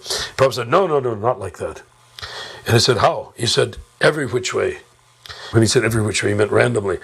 And then I started building, and I built this thing, and there was a gap in the middle, and the Srila Prabhupada came and placed the Ananta Sesh and said, put more. After I'd pretty well hidden the deity with bricks, he told me to go up, and the others came down. So he went down, you see that ladder, bamboo tied together with pieces of string. He goes down and he comes up, and everybody's kind of, his all godbrothers are there, we're all there. And he said, now sees Brahmananda, Gargamuni, Devananda, Tamal Krishna's there. And so everybody kind of were thinking, who's going to speak? Who's going to speak? I remember I was also thinking that way. And then he says, Malvati, you speak. And I mean, everybody was floored. I was floored. So what can I say? And I'm just looking around. Here's all these learned Vaishnavas, certainly more learned than I'd ever be. I just stood up and spoke about Srila Prabhupada. I remember I was crying a little bit. And then afterwards, I remember Gargamuni came up to me and he said, that was very nice. And I always appreciated that, I was just reflecting on Prabhupada's expertness in putting us forward and in utilizing us for the benefit of his mission. And knowing each one of our particular ability and our limitations, and even using our limitations to the best advantage. Because in this situation, I was not, as I mentioned, I was not a pundit. I don't know Sanskrit verses. I wasn't fully learned in the Bhagavatam, but I had no hesitation about speaking on the glories of Srila Prabhupada. And it was actually the right thing to do at that time. While we were at Mayapur, one young man named Bob Cohen came to our camp. And we were really surprised because we didn't get visitors just coming like that. And Bob Cohen was very intelligent and sober. He was a Peace Corps worker in India. So he came to meet Srila Prabhupada. He had attended our Pandal program at Deshapriya Park in South Calcutta.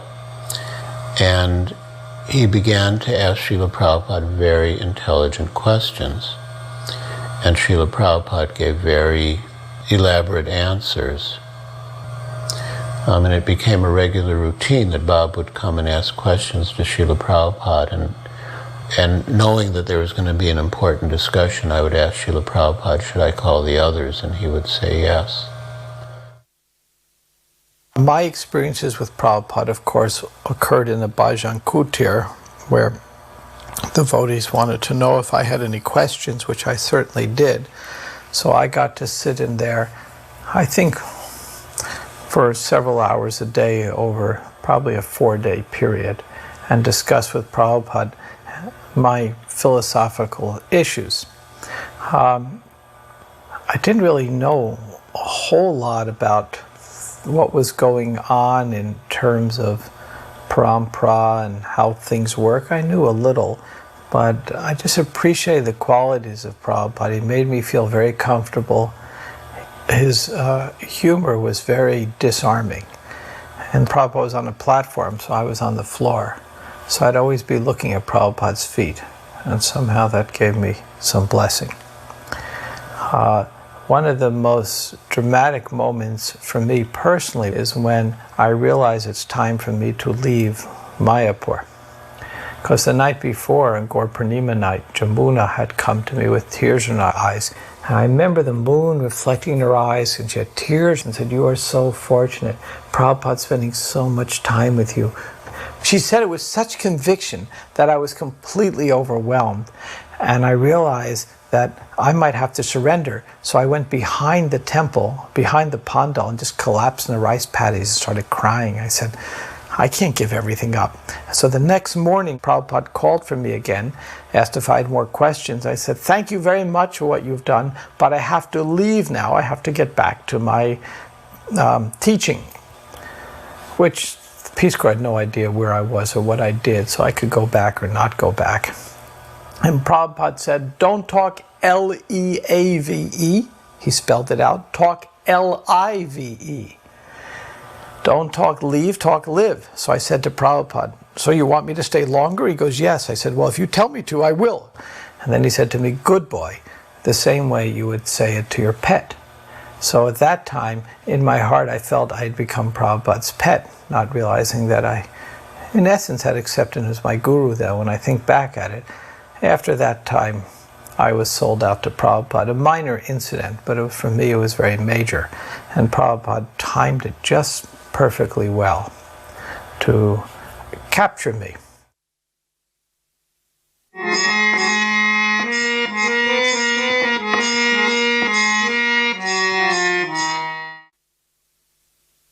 One of Srila Prabhupada's most enduring projects was the Juhu land and Juhu development in what was then a remote suburb of Bombay. It was open marshland and swamps and coconut groves. Very few people there in those days. So it was difficult for the devotees, some of the devotees, to understand why Prabhupada wanted this land so much. Most devotees are familiar with all of the squabbles that went on for this land over such a long period, many years, and the fights, litigation that was waged over this land. But Prabhupada was so insistent that we acquire this land, and he was ultimately triumphant.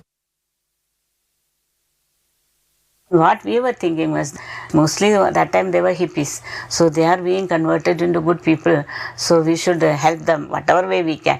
We are not rich or anything, but whatever little in the house is there, we should give. So they used to come for cold water because March, April, it was so hot. So they are not used to this climate. And then we used to give limbu water, and whatever is available in the house, we used to give them. So then once he was walking in the garden, Prabhupada. So some new devotees had come in the morning.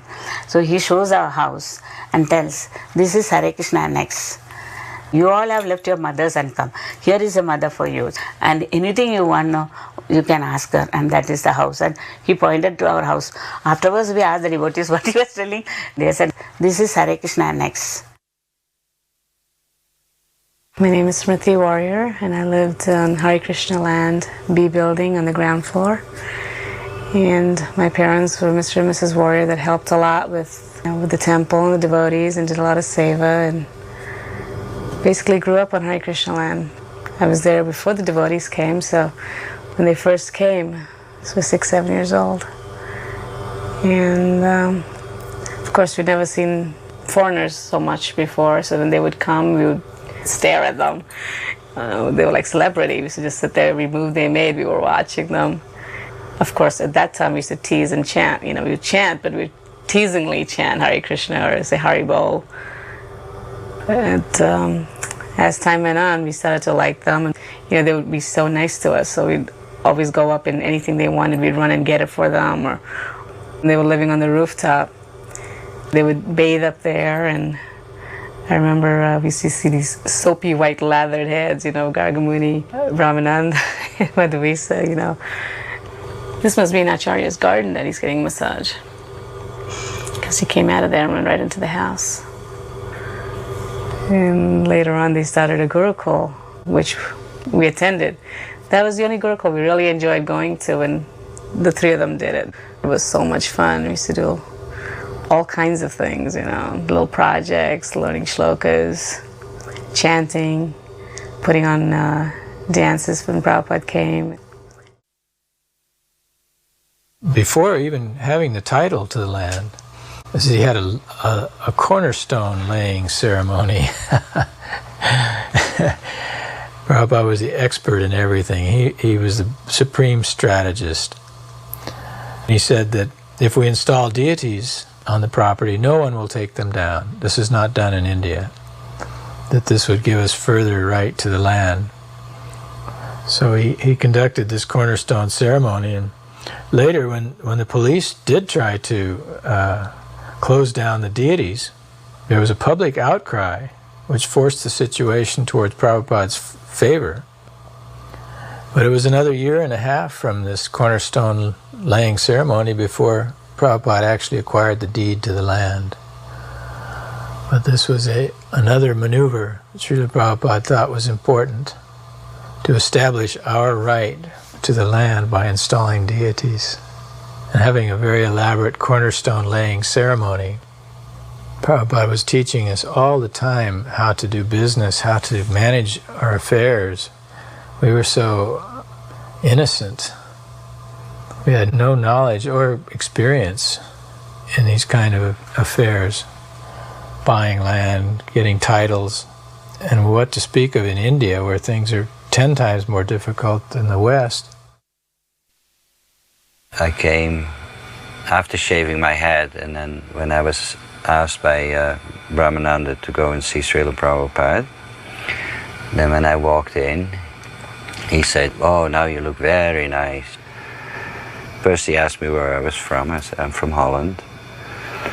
And then he asked me, "What is the use of decorating dead bodies?" And then I said, "No use." And he said, "Exactly." I said, "Don't waste your life in decorating dead bodies." I was an artist. I was a designer. I would make things, beautiful things. I was definitely a decorator, so I understood the hint. So he would say, "Don't waste your time on making beautiful things for the wrong purpose." And then sort of immediately he hinted that Krishna has sent you here to design his temples. That's what the next thing he said. And tomorrow we have a ceremony here. It's called initiation ceremony, and then you will be initiated. And then he asked the secretary, he said, "Give him some paper and some pencil so he can start designing. And you can sit over there next to the secretary." So then he called Shamsundar and he asked him to give me the photos of the Radha Gopinath Mandir. So I got 20, 30 different photos, different shots that they had taken, and that is the temple he liked, and he wanted that type of temple to be built in Bombay. I knew enough about the movement that was a great honor, and I could hear the reactions around me that people went like, "Krishna, Krishna." They were making certain sounds that was like, this is quite unusual. And I was also told later on that they had no record that Prabhupada ever did that before. A guy walking in and give him initiation the next day. So I could feel, yes, there was something that gave me the energy, there was something that allowed me to do this that normally I probably wouldn't be able to do. That I could feel. What does it mean to be empowered? And when Prabhupada tells you, you are going to do this, and that it actually happens, then you believe for the rest of your life that it exists. In the same house, Prabhupada gave me a conch, left-handed conch. And he said, Kartikeya has been such a great host to us and is well-wisher and so generous to us. And he has given me this conch, which is supposed to bring a lot of wealth. And I want to give it to you. So he gave me the conch. And he said, I never expected to be able to do all this. I thought maybe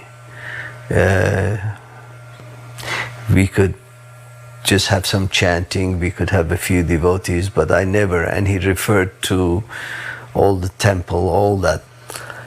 Because Prabhupada, when he was saying that, I never expected it, he was kind of laughing at himself. He was saying, hey, I went after a little fish and I caught such a huge fish, I don't know what happened, kind of thing.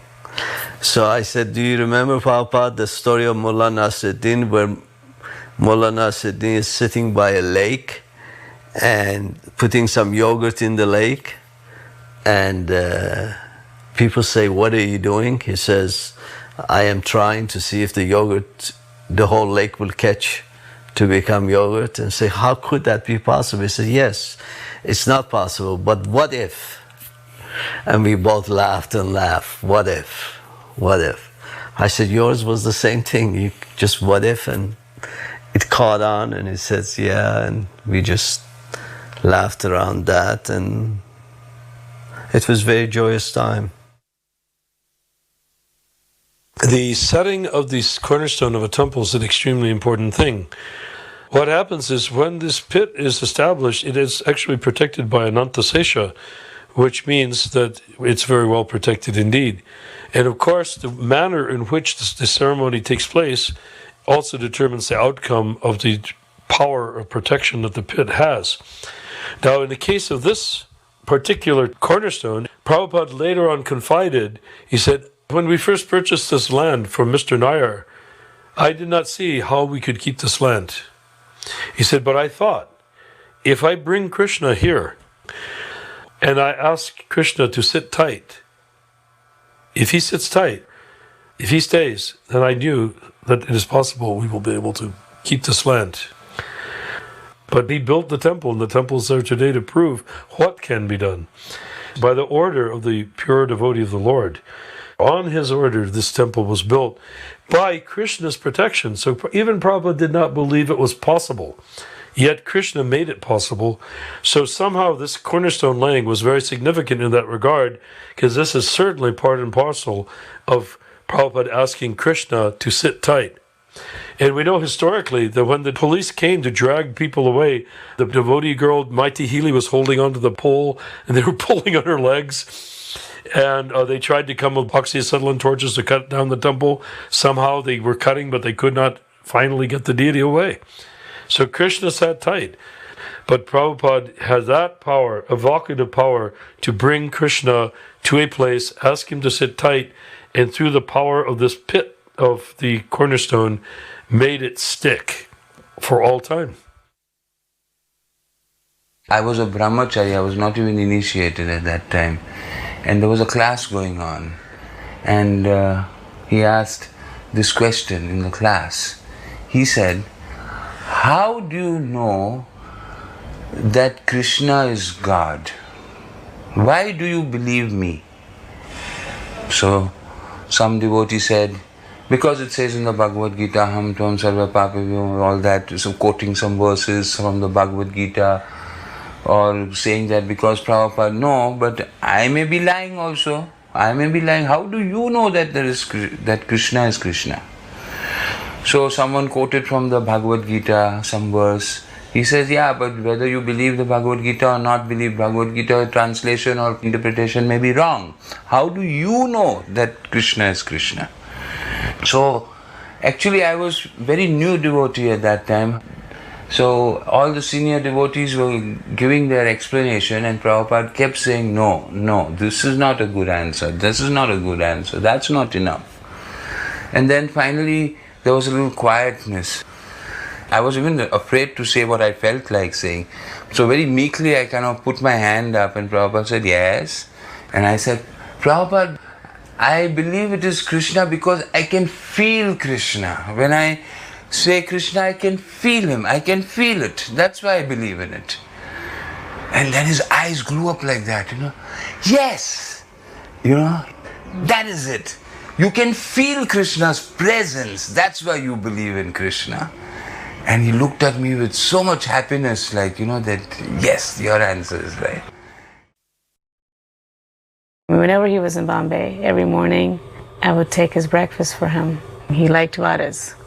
Whenever he came into town, he'd send a servant to tell Mrs. Warrior that he was here, and the next morning, idlis of vadas had to be given. And I used to take it in, and I used to wait around, waiting for Prabhupada to give me a sweet back in return.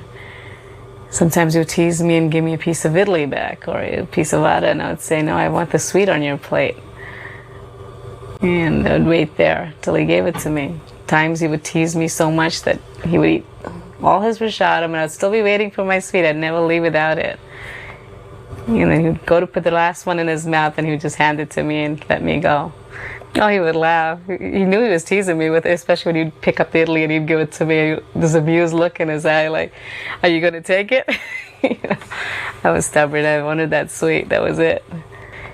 I'd go in the evening too for the class just to get the sweet, the para, or the burfi that they were giving out. And sometimes he would be kind enough to tell Vishal, give her sweet so she can go and play. Or sometimes I would have to sit through the whole class and then I would get my sweet. I remember there were times when his servants weren't around and I would get to pick up his shoes and help him slip his feet into it. Every evening my mother would make a garland for the lecture. And I was thinking about it when I was that little. I used to feel embarrassed because all these devotees would come with these beautiful, thick, nice garlands. You know, they'd buy the flowers and make these beautiful garlands. And I got this thin little thing that my mom had made with the champa flowers or the mogra from the garden.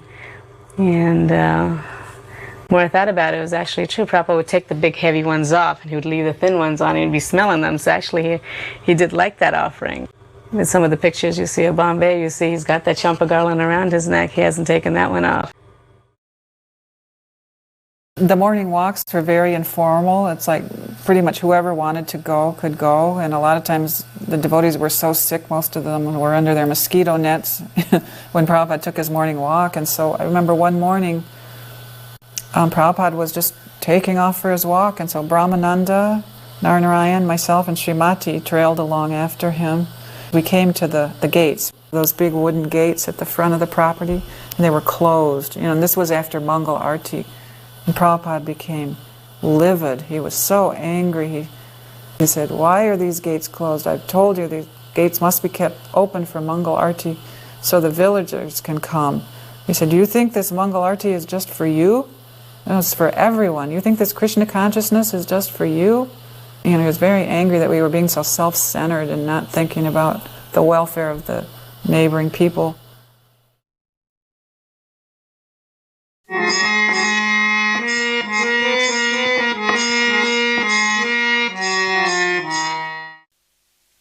I remember that in Melbourne he gave me second initiation, and I'd been initiated in 1971 by mail in Hong Kong. So I received one letter and he said, "Your initiated name is Jagajanani Devidasi." And then very shortly after that we received another letter in Hong Kong saying that the name has been changed to Jagatarini because there was already somebody of the name Jagajanani. So I had never received a fire sacrifice for first initiation. So I sat in on the fire sacrifice in Melbourne, and then he gave me second initiation upstairs in his room. Oh, then we all went out to collect Guru Dakshin, which was something new. It was a bit of a novelty. We weren't familiar with that concept then. And I remember going down one street nearby and going shop to shop, and one of the shops that I went into was a butcher's shop, and that man gave more than anyone else. So when I came back I commented on that to Srila Prabhupada, and I said, you know, I'd gone into this butcher's shop. It was a kind of a childish thing to say. And so he said, "Oh, that is very good," and you know, he's very kindly and fatherly. And at the end of that visit to Melbourne, I brought my parents to see Srila Prabhupada. And my mother and father came in, and my mother was very suspicious. She was uncomfortable. But my father was gracious, and so he sat near to Srila Prabhupada, and my mother hovered by the door, and then they gave her a seat and she sat down. And Srila Prabhupada had this blue-coloured type of a couch, French style, chaise lounge or something like that. And he was sitting on that, and he looked so elegant, so genteel. And they both sat down, and then the first thing Srila Prabhupada did was he looked at my father, who was respectful, and he said, "Your daughter will deliver you." And my father was a little embarrassed, I think. He couldn't really understand Srila Prabhupada's accent. So he started sort of laughing nervously, and he said, "Oh yes, we always thought she'd do something like that." And then Srila Prabhupada looked at him quite earnestly and said, "Don't think that she's given up your service." He said, "Because of her, so many generations forward and backward in your family will be delivered because of her." And he went on to explain to him that he had gone so many places in the world, and wherever he went, people thanked him for what he had done for their children, and he'd saved them from so many vices and so forth. And my father was very gentle, and so he was respectful. And afterwards, Srila Prabhupada turned to me and said, "Your father is a gentleman." And then my mother, who was also very pious in that sense, but she was nervous, at the very end of that darshan, Srila Prabhupada took this carnation garland with solid, full of carnations, and he took it very gracefully from his neck, and then he asked his servant, "Give this to her." And so they handed her this garland, and she was so taken aback. He was so charming, and she didn't know what to say, and she took that garland home and put it on a plate of water and kept it as on like a vase, in some way, kept it and preserved it as long as she could in appreciation for that visit with him. This is a lecture Srila Prabhupada's giving at the town hall in Melbourne, Australia. In 1972, the devotees had gone to Melbourne after they had established the temple in Sydney, and they have become quite popular in Melbourne because of elaborate street sankirtan that was performed every day by the devotees in downtown Melbourne. Charu and Bhai Bobby were there, and Upananda was there, and there was a whole crew of, we called them the ecstasy crew. The ecstasy crew were people that didn't get initiated, but they religiously showed up every day for Sankirtan in downtown Melbourne. So right in the same street where the Melbourne Town Hall was located, the devotees were chanting up and down every day. So when Prabhupada arrived and they had Prabhupada's lecture at Melbourne Town Hall, it was quite widely publicized, and many of the people that had been seeing us on the street every day were there. And there was some hippie gurus that came to see Srila Prabhupada, some famous hippie gurus in Melbourne, and everyone thought that this one hippie guru who would stand on a soapbox every day in downtown Melbourne and various places and preach his own hedonistic philosophy, and he was very quick-witted, so everyone thought that he would come and be able to challenge Srila Prabhupada.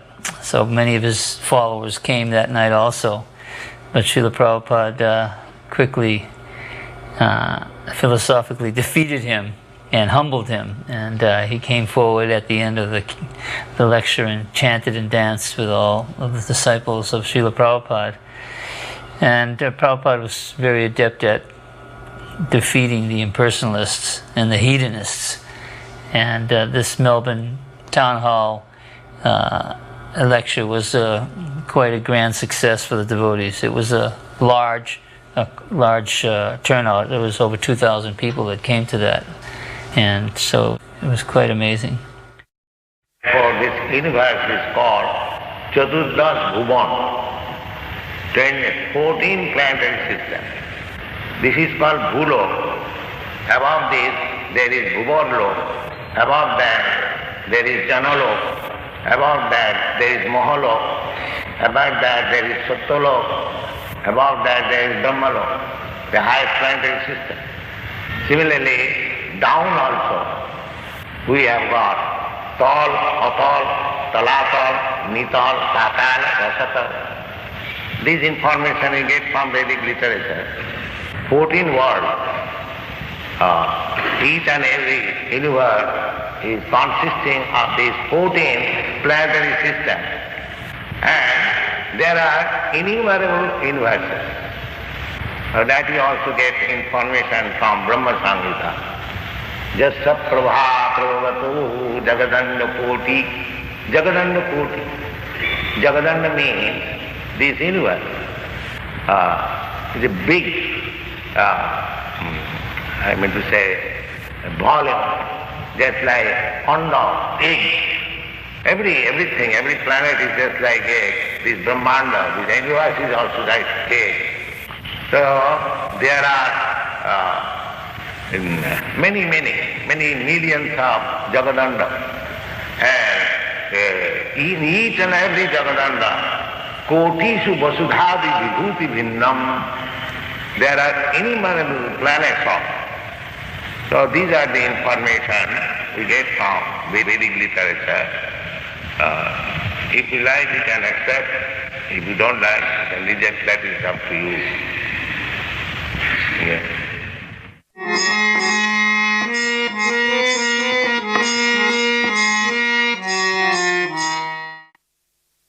I was in a Vancouver temple and I heard that Srila Prabhupada was coming to LA, and I never seen Prabhupada before, so I got very excited and I asked Bahudak, which was the temple president, that I wanted to go meet Prabhupada, and he said, if you want to please Prabhupada, you stay here. So I said, okay, Prabhu. And as soon as he left, I ran upstairs to the Brahmachari ashram, and I didn't even take any clothes. I just grabbed my coat and I ran out the back door, and I didn't have any money, and I was in Canada. And so I started hitchhiking, went across the border, got across almost to the end of Washington State the first night, and Prabhupada is arriving the next day around 4 o'clock in LA. So I think it's about 1,000 miles away from LA. As soon as the sun came up, I started hitchhiking, and the first car that came over was a brand new Corvette, and this guy was an Air Force pilot, and he said, where are you going? And I go, I'm going to LA. And he said, jump in. And amazingly enough, he was driving about 120 miles an hour.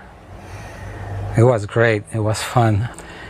To make a long story short, he dropped me 2 blocks from the temple from LA, and I got there about 20 minutes before Prabhupada came in, and I ran upstairs, took a shower, put on a dhoti, put on tilak, ran outside into the alleyway, and flowers were showering from the top of the building, and the Prabhupada's car pulled up, and the door got open, and Prabhupada came out. It's the first time I saw him, and his smile was great, and the bodies were jumping up and down, and it was like being in the spiritual world.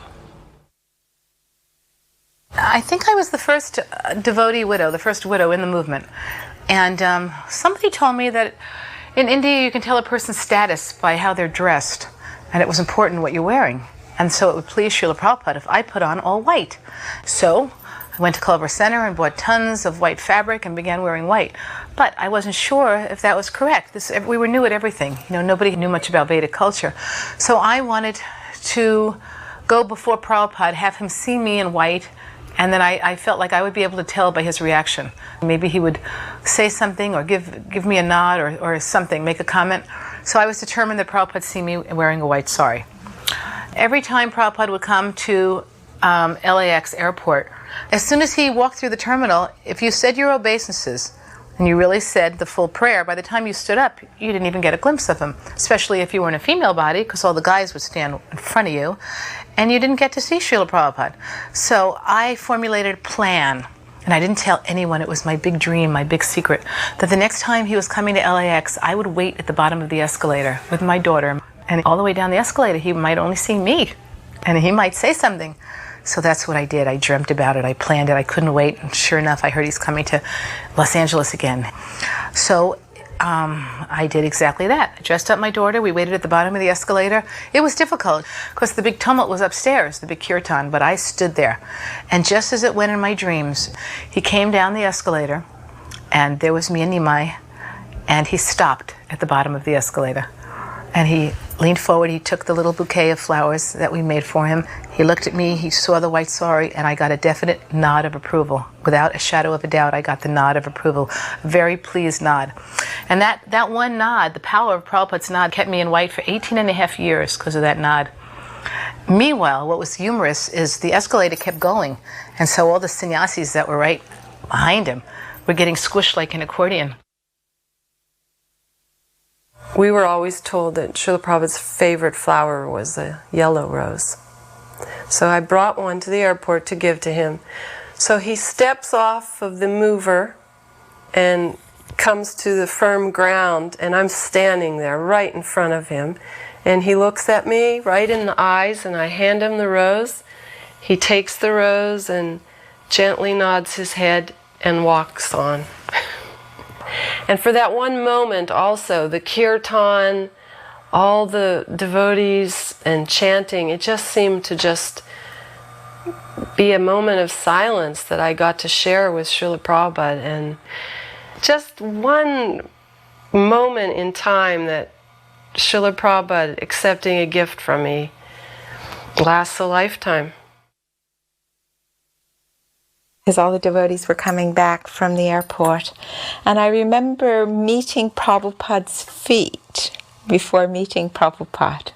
I just remember him walking by as he was coming into the temple room and just seeing his feet walking. And I just remember that there was so much light around his feet. And I could kind of see Prabhupada as, you know, a great, huge being, because I was looking up from the floor at him. And that's like kind of etched in my mind, that wonderful memory of just seeing his effulgent feet. And then, you know, kind of working my way up from the feet up to his golden smile.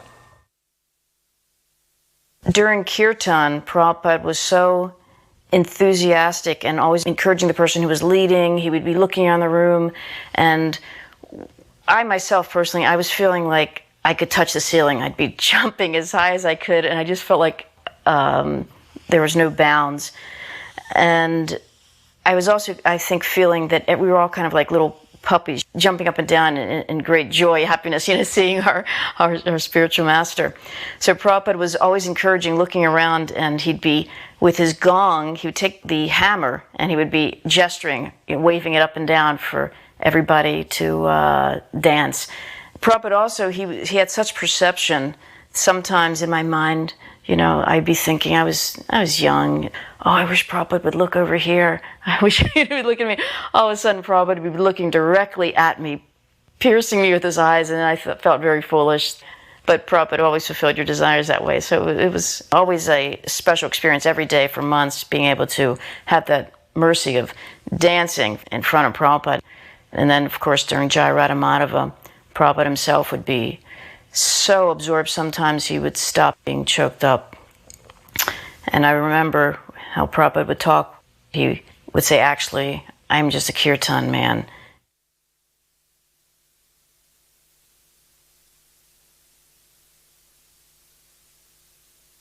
One time we were on the beach walking like this, and crabs were going out, and the crabs were running into the water as it was coming in. So Prabhupada indicated that they had a relationship. And he was explaining that a big elephant cannot go against the waves of the sea, even though he's so strong. But a little fish can swim out against the waves, and the reason is because the fish has an intimate relationship with the sea. So in the same way, a devotee, he can surpass all others because of his intimate relationship with Krishna. He can do things that non-devotees cannot accomplish. In Los Angeles, I would take Prabhupada out for his morning walk. And one day he would go to Venice Beach, and one day he would go to Cheviot Hills Park, a big beautiful park with a golf course. And one day he would go to the very wealthy part of Beverly Hills. And there was one house that had plate glass windows in the front, and every time he would walk by that house, a big German Shepherd would come up and bark at the window. So this one day we're walking by that house, and the person in the house opened the front door and let the dog out. And the dog came running across the front yard towards Prabhupada and me. And I thought I was going to die in protection of my spiritual master. So I turned around and faced the dog, and Prabhupada had paid almost no attention. He had just kept walking. He was 10 or 15 steps ahead of me. So I turned around and ran to catch up, and the dog started chasing along the grass, never came onto the sidewalk. And as I got close to Prabhupada, he just turned around and took a wide stance and picked his cane up over his head and just one hut, and the dog was just shot back to the house. And he said, if you say hut to an animal, they'll respect you. And take a stick. He said, if you take a stick and say hut, they'll respect. So later on we were in Jaipur, and they had given Prabhupada a room in the palace, the Jaipur palace. And one of the big monkeys, the langurs, had torn the door off the kitchen and eaten all the boga. So they replaced the door, and I was in Prabhupada's room on a day that just happened to be filled with a lot of people, including influential Indian guests. And we kept a stick inside the back door. All of a sudden there's a noise outside. You can hear this door rattling. And I look out the screen and there's a monkey trying to take the door off the kitchen. So I picked up the stick, remembering the dog, remembering Prabhupada's example, and went out and got 6 feet or 8 feet away from the monkey. And as he heard me come, he turned around and stood up. And as he stood up, I lifted the stick up and went, hut!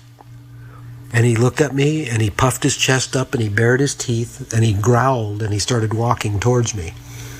And I ran. I turned around and ran back in Prabhupada's room. And he and all of his guests just broke out laughing. He said, you do not know the process. And then he laughed more. He said, if you had said hut again, he was testing you. If you had done it twice, he would have backed away.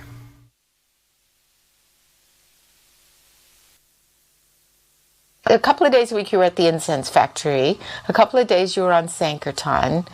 And, and then between that and cooking offerings and distributing books as well, it was just like you were running all the time. There was a schedule all the time. There was always something to do. Your life was full of Krishna, of service, But I think one of the biggest joys for me was the sense of community, the sense that you had Prabhupada at the center, that you were all working for a common goal. You were all spiritual pilgrims, really, on a path together, sharing prasadam together, and multitasking. It was exciting. It was really, really exciting. The kirtans, I remember, you'd run home and, after your thing, you'd take a shower and then you'd run to Aarti. And then you'd dance your heart out, and sing and dance your heart out. And then there'd be a class and you'd do garlands or something to stay awake,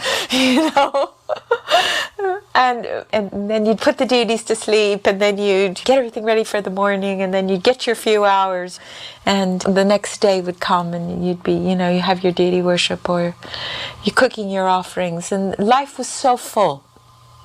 And we had so much energy then too, and we were totally focused on doing what we were doing. And so there was this big temple, which was the biggest temple when I joined in ISKCON. I think there were 75 devotees there then, and that was like massive. And New Dwarka was the hub of book publishing. The BBT headquarters was in New Dwarka. And Prabhupada said, print books was like one of the core services of the ISKCON movement. And here in New Dwarka, it was, opulent temple, beautiful deities, but it was a very effervescent community, very sparkly, and it was driven by our desire to please Srila Prabhupada. And I think when Prabhupada came, it was like God was coming. Krishna was himself coming, and all the stops were pulled out. And, we were up for days and nights just making sure that everything was really done to as paka as possible. And I think in some way Prabhupada, when he came, he just, appreciated our enthusiasm and our dedication. And it was an absolutely rich experience. And, I'm very thankful I had all those years.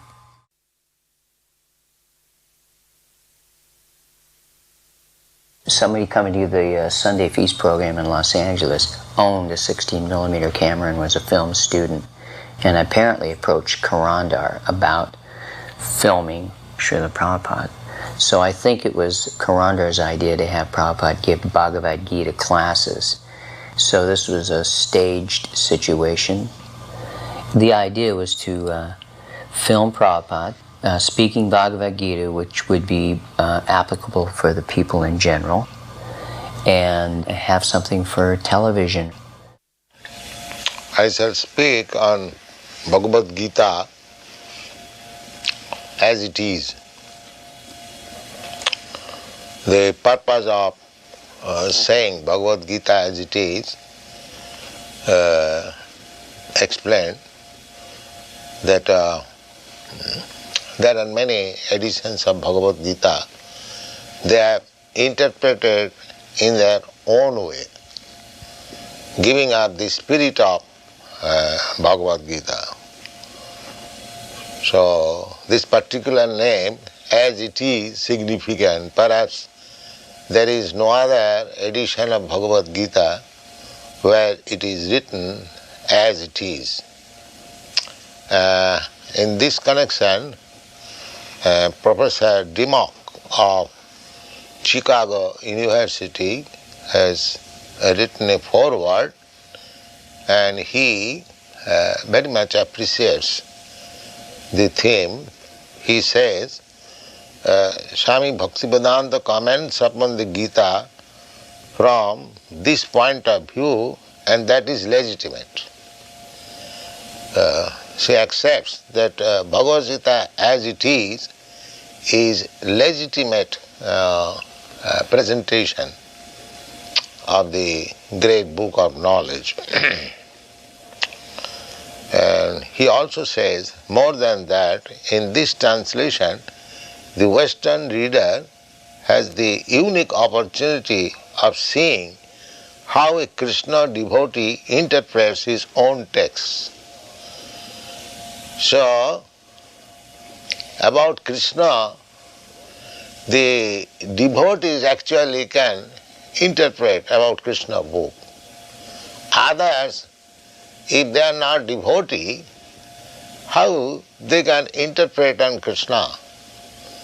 Just like a member of a family can say very nicely about the head of the family, how outsiders can say about the family. That is not possible. Similarly, about Krishna, a Krishna devotee can speak nicely, not others. Others have no right to speak about Krishna. And Krishna also admits Arjuna as the right student of Bhagavad Gita. In the beginning, Krishna says that I have selected you as my student because you are my friend and you are my devotee. So, in other words, we can understand that Bhagavad Gita can be understood who has intimate relationship with Krishna. Just as Krishna says, you are my dear friend. That is intimate relationship with Krishna. And without becoming a devotee, nobody can be intimately related with Krishna. These are the factors to be understood. So, this Bhagavad Gita was spoken 5,000 years ago to Arjuna in the battlefield of Kurukshetra, and the science of understanding God is there in this Bhagavad Gita. And Bhagavad Gita is the science of God. Everything has got some science, scientific book to understand that particular subject matter. Similarly, there are different types of concept of God. Generally, they take it as an idea, but we don't take it as idea. We take God as concrete fact. Just like you are seeing me, I am seeing you. This is concrete fact. Similarly, a God can be seen by you, and God is already seeing you. There is no doubt about it. But you can see also God. So that process we have to understand, how to see God. That process is mentioned in all the Vedic scripture. That is called Bhakti Yoga, that process. Krishna also says in the Bhagavad Gita, Bhaktya mam abhijanati javan jasyami tattva. If anyone wants to know Krishna, what he is, then one has to accept the process of Bhakti Yoga. There are different types of yogas. Yoga means linking oneself with the Supreme Personality of Godhead. So, speculative yoga will not help us. You have to take concrete yoga. Concrete yoga is Krishna consciousness. So,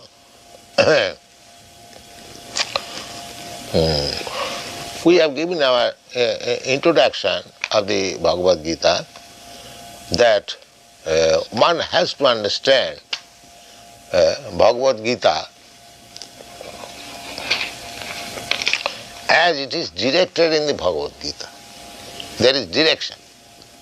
How to read Bhagavad Gita. People are reading Bhagavad Gita without taking the direction. This we have explained in the manner that if you take some medicine, there is some direction on the bottle, that this is the dose. You take so many drops, so many times, that is direction. Similarly, for understanding Bhagavad Gita actually, you have to accept the direction as given by the author himself, Krishna. He says that long ago, some 40 millions of years ago, he first spoke this Bhagavad Gita to the sun god. And sun god transmitted the knowledge to his son Manu. And Manu transmitted the knowledge to his son Ikhaku. Imang vivassati yogam praktavan aham abhayam. Vivashan manave praha manu Ikhaka vibravit. So, the Rajarshis, they are all kings.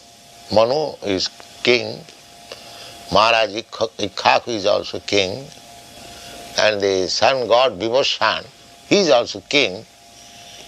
He is the king of the sun planet, and his grandson Ikhaku became the king of this planet, Maharaj Ikhaku, and in this dynasty, which is known as Raghuvansha, Lord Ramchandra appeared. It is a very old monarchical family, Ikhaku Vansha, Raghuvansha. Vansha means family. So formally, the kings, the head of the administrative executive, they used to learn the thesis or the injunction given by God, because a king is What happened to that? No, you cannot do like that.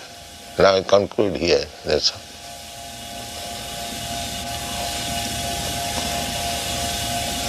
Actually, we should just change over.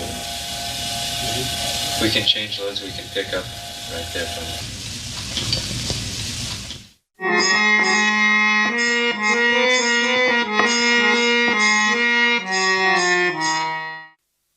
Due to Chitsukananda's fervent devotion, he was able to get this beautiful temple in Mexico City across from Chapultepec Park and fill it with wonderful angelic Mexican devotees. Prabhupada was very inspired and impressed by the Mexico City Yatra. When he was there in Mexico, he talked a lot about the relationship between Catholicism and Krishna consciousness, that at heart there is no difference. He was struck, though, how the agony of Christ went against the grain of Vaishnavism. I remember one time in Mexico there, Prabhupada was resting in a room at a life member's home or something, and on the wall was a crucifix, Jesus in agony on the cross. I'd closed the door so Prabhupada could rest, and about a half an hour later I heard his bell ring, and I opened the door. He was sitting on the end of his bed looking at this crucifix on the wall. There were tears streaming down his eyes. And he said, "Just see, they have killed their spiritual master so that they can continue sinning. Please remove this from the room." And he had me take it out of the room. I recall when Srila Prabhupada was invited to give an interview at a television station. And when Srila Prabhupada was greeted by the host of the show, who was one of the most popular hosts of any television show in Mexico, Srila Prabhupada was so humble. He was like a child. When the interviewer shook his hand to greet him, Srila Prabhupada smiled back at him with so much humility it practically melted my heart.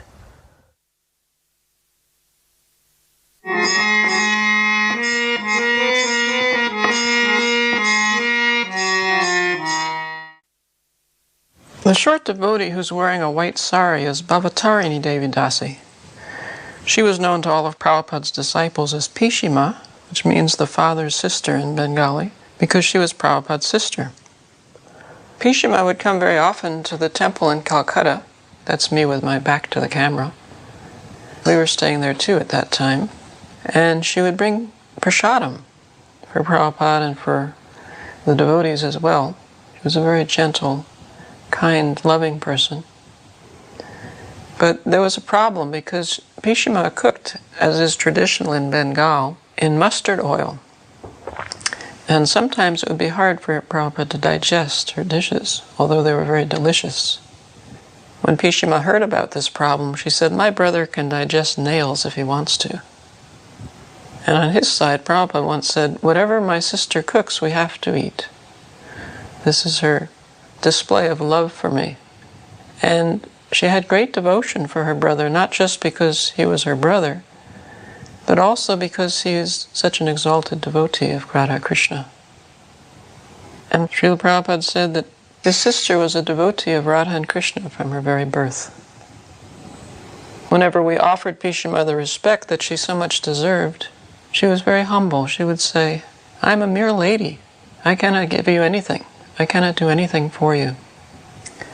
Quite often under her sari, she would carry a bottle of Ganga water or Jamuna water, and she would liberally sprinkle the devotees around her with this water, which was great fun, except for me because I usually had a camera with me. I would have to hide my camera under my sari when she pulled out her Ganga Jal. That first Ratha Yatra I have seen that is led by ISKCON Calcutta.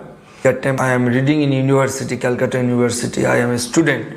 I was not initiated that time, but I am the follower of this movement. and among the family members, Prabhupada's family member, Pisima, myself and my sister Jolatola.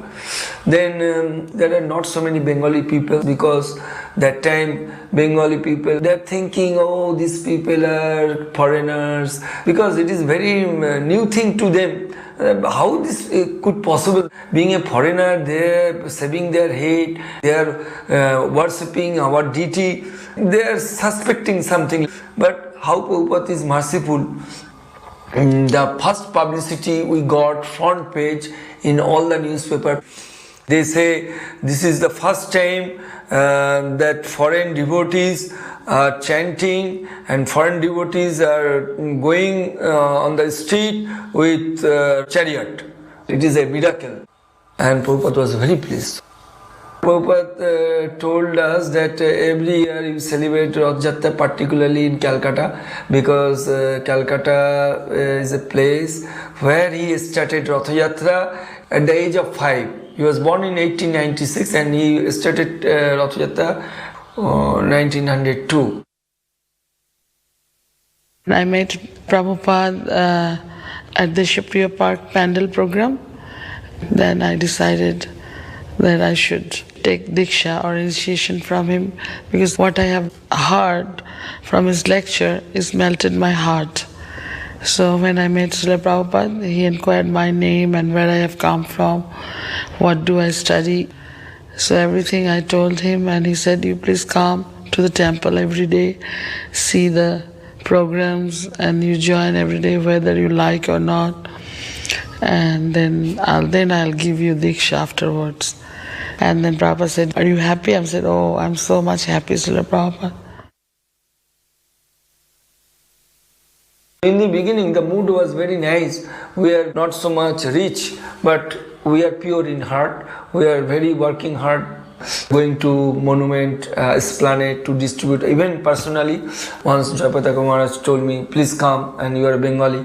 I am the only Bengali boy. So I every day used to go after my college over, then distributing book. And then when the people, Bengali people sees me, oh, you are a Bengali, you are foreigners, oh, maybe they are CIA. Then I told them, why you are saying all these things, because their Guru Maharaj is Bengali. Oh, that Guru Maharaj is Bengali, is it possible? Yeah, you can come and see. And he was born in Calcutta. He went to abroad to preach this Krishna consciousness movement. Why not you are coming to our Calcutta temple? Then so many people are interested, Bengali people, they used to come and participate.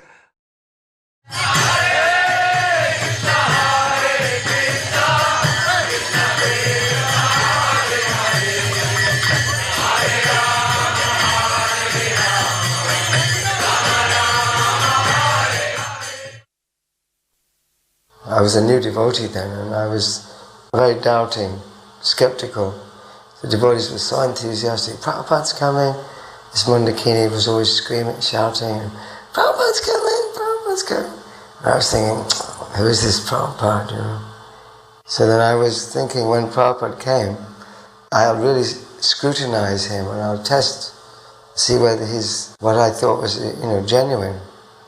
And I was thinking, well, maybe he'll be like a larger-than-life kind of figure, a bit flamboyant, glamorous, and, putting on a bit of a show. So then we were waiting inside, new bhaktas. So it was like a big build-up for us inside. And so we were watching the door, I was thinking, what's he going to be like? So then the door opened, and there was Prabhupada, and he's much shorter than I thought. And then I could see he's very composed. He wasn't in an emotional state. He's like a father when he comes back from work. When he returns home, he puts the key in the door, and then he walks in. And then it's like normal for him. He seemed like the most normal person. And I was surprised by that. I thought that if he was putting on some act, he wouldn't have acted like that. He seemed very genuine. I was pleased by that. He passed my test. I was expecting him to see him put on some kind of act. And then he went in sat on the Vyasasana after paying obeisances to the deities. And I thought, well, what's he going to say? Because I've been reading Prabhupada's books. And then I thought, wow, he's only saying exactly what's in the books. So then again he passed the test. He didn't try to say anything new or invent something special. He kind of passed my test in a way that I wasn't expecting. So I was satisfied. In 1972 I was a temple president in London, and Srila Prabhupada noticed that there were so many boys and girls staying in the temple. In fact, in the morning sometimes you'd have to step over sleeping bodies to get down the stairs. And we needed space to expand. And of course, asking George Harrison to give us a place was the logical course, but we had a policy never to ask George for anything. So during the spring and summer of 1970, I was living at George's new 38-acre estate in Oxfordshire, Friar Park. And I would often mention how crowded we were at Berry Place. And he would say, well, maybe I can do something about that. But it was only when Srila Prabhupada himself came out to Friar Park one day, and we were walking around these huge grounds, and George said to Srila Prabhupada that he thought that a place like this, and he waved his arms around, was needed for us. Here we're looking at one particular property called Runnymede Park, which is very close to the River Thames. And so when George saw the place, and it hadn't been occupied for some years, and it was quite overgrown, he said this should be called Runny Down Park, because it hadn't been maintained for so long. When I was a kid, I used to like to go, just in the countryside. I've always liked nature, the woods or the ocean or, gardens and natural things. I'm unhappy about the world being concreted over and all the forests chopped down and the air polluted. I'm very unhappy about that, but I have a long-term view, which is all things must pass. Before it used to be maybe they're going to blow us up with H-bombs, but even that, I thought, it don't really matter. They can't destroy what's within ourselves. Krishna said, there's no time when we didn't exist, and there'll be no time when we cease to exist. The only thing that changes is the body. But the music really was the key that opened the door into the yoga and the yogic philosophy and the Vedic scriptures, which is really the foundation of everything. It gave some sort of backbone to my life. So I often had the chance to drive Prabhupada from the temple to the park where he was going to walk in our Ford Transit Sankirtan van.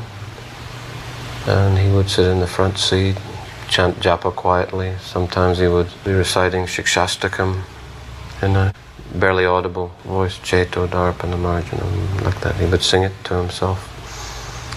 I remember once we were walking in Hyde Park, and there was a big group of devotees, and they're all chanting japa, so it made quite a bit of noise. And there was some bum sleeping on a park bench. So he was woken up by this, and then he saw this big crowd of devotees bearing down on him, and he was a bit sort of frightened or freaked out. And the Prabhupada said, "Good morning," in a very polite way, and then he responded. One morning in Russell Square, Prabhupada told the story of the yogi and the mouse, and he really got into it, and he started acting out the parts. And we all stopped, and he was entertaining us with the story. And finally, when he got to the sort of the punchline, when the mouse has been transformed into a cat and then a dog, and finally the mouse is a tiger, and turns towards the yogi, and Prabhupada acted the part of the tiger, and his eyes became very big. He said, "Oh, now I will eat you." And then the yogi said, "Again become mouse." The way he acted out the part, his eyes became so big and wide. Prabhupada was such a wonderful entertainer. And one morning there was a couple of big swans. They were on the bank, and when the group came around, they retreated into the water. And Prabhupada said, see, they feel safe when they take shelter of the water. Similarly, a devotee, takes shelter of Krishna and feels safe. Another morning, Prabhupada's servant had broken off some twigs for him to use as a toothbrush.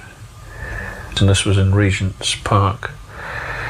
And his servant returned to the group, pursued by a park attendant who was very upset that he'd broken the twigs off. And somehow the incident was diffused, but Prabhupada was disgusted. He said, either directly to the attendant or to us, he said, you came to India for 200 years, you exploited and stole so many things from our country, and you won't even let us take a twig from your park.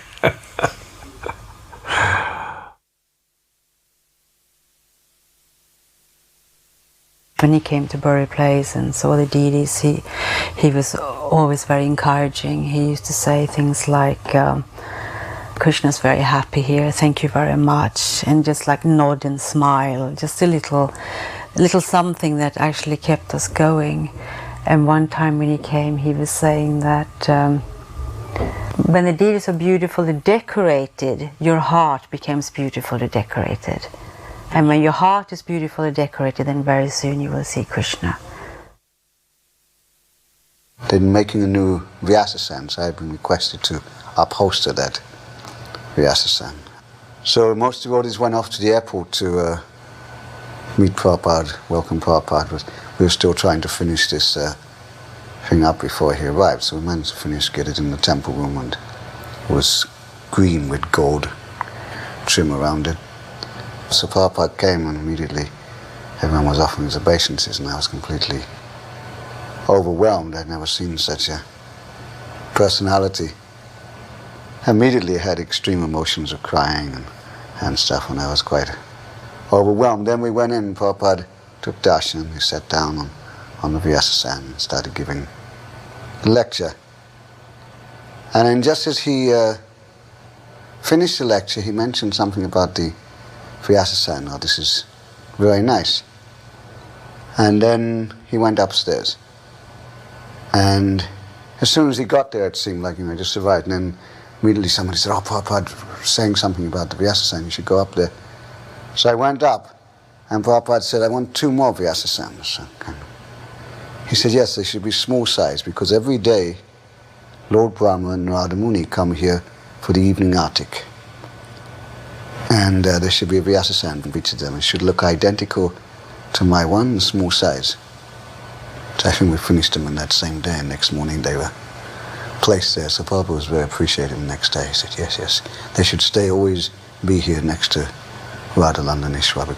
And he told everyone, every day Lord Brahma and Narada Muni come here for the evening artik.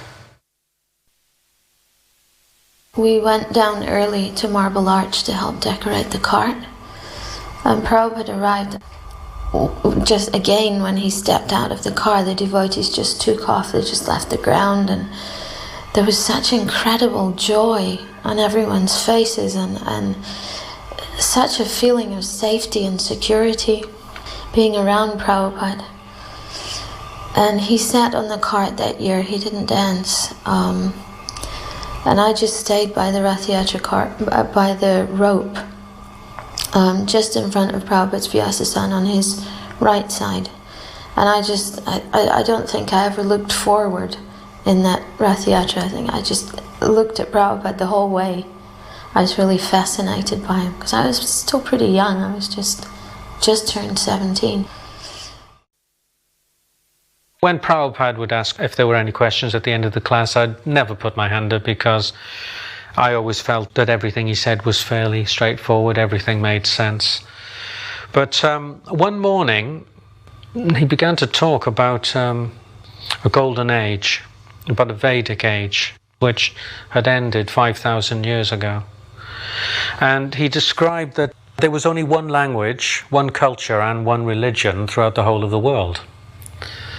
And I'd never heard this before, and I'd been very interested in history.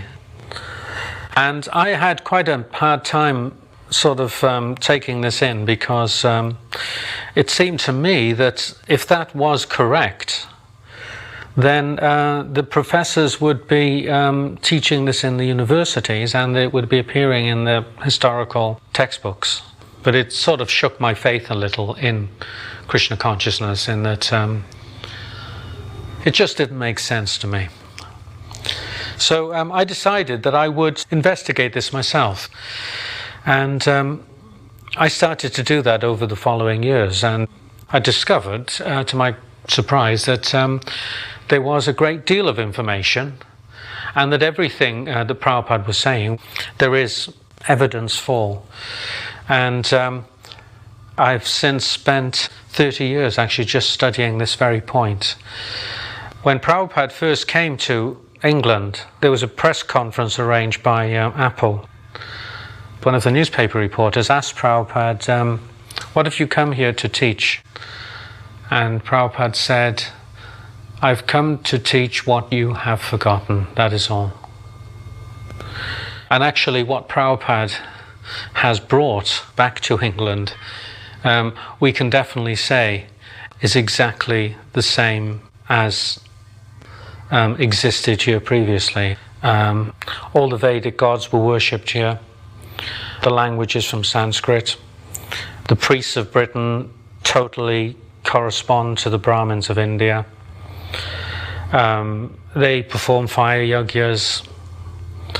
They divided their society into 4 spiritual and 4 social orders. There are dozens and dozens of parallels. And it's quite amazing that Prabhupada gave that answer. What he has brought is actually what we have forgotten, even in this country of Britain. Just to note the triumphal look on Prabhupada's face and his whole manner, look at that regal bearing. He's been to his Rath Yatra in London. He's the king.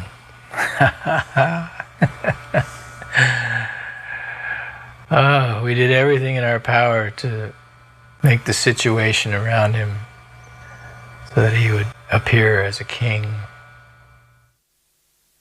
If you look at the faces of the devotees, they all look tense and sort of pensive and sad and anxious because, Prabhupada's leaving, and he's been staying in London for 5 or 6 weeks, and now suddenly he's going. And it's a very sad moment, actually. I mean, a lot of people will be bursting into tears once he's gone, I think. Some of them might already be tearful. And when Prabhupada's around for a few weeks, a month or 2 or 6 weeks, you start to sort of, just a little bit, you start to get used to take him for granted a bit. And I remember I used to think, this is Krishna's punishment. He's taking Prabhupada away because we're not appreciating him enough. We went with him right up to the passport barrier, but we couldn't go with him any further. We're seeing the public faces of Prabhupada in these videos, but the private moments with Prabhupada in his rooms were, of course, the most attractive to the devotees.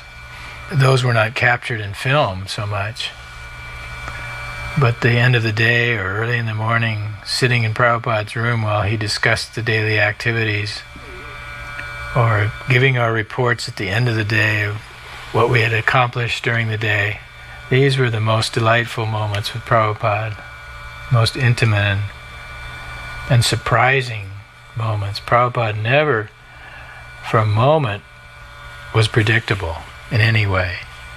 Everything he did and said was a complete surprise. In all the years that I used to open the door to his room and go in, I never, ever lost that feeling of slight anxiety when I opened the door that I couldn't predict what was going to happen. I knew it would be wonderful, and it would be a total surprise. But you could never tell what the spiritual master was going to do or say. Goodbye, Prabhupada.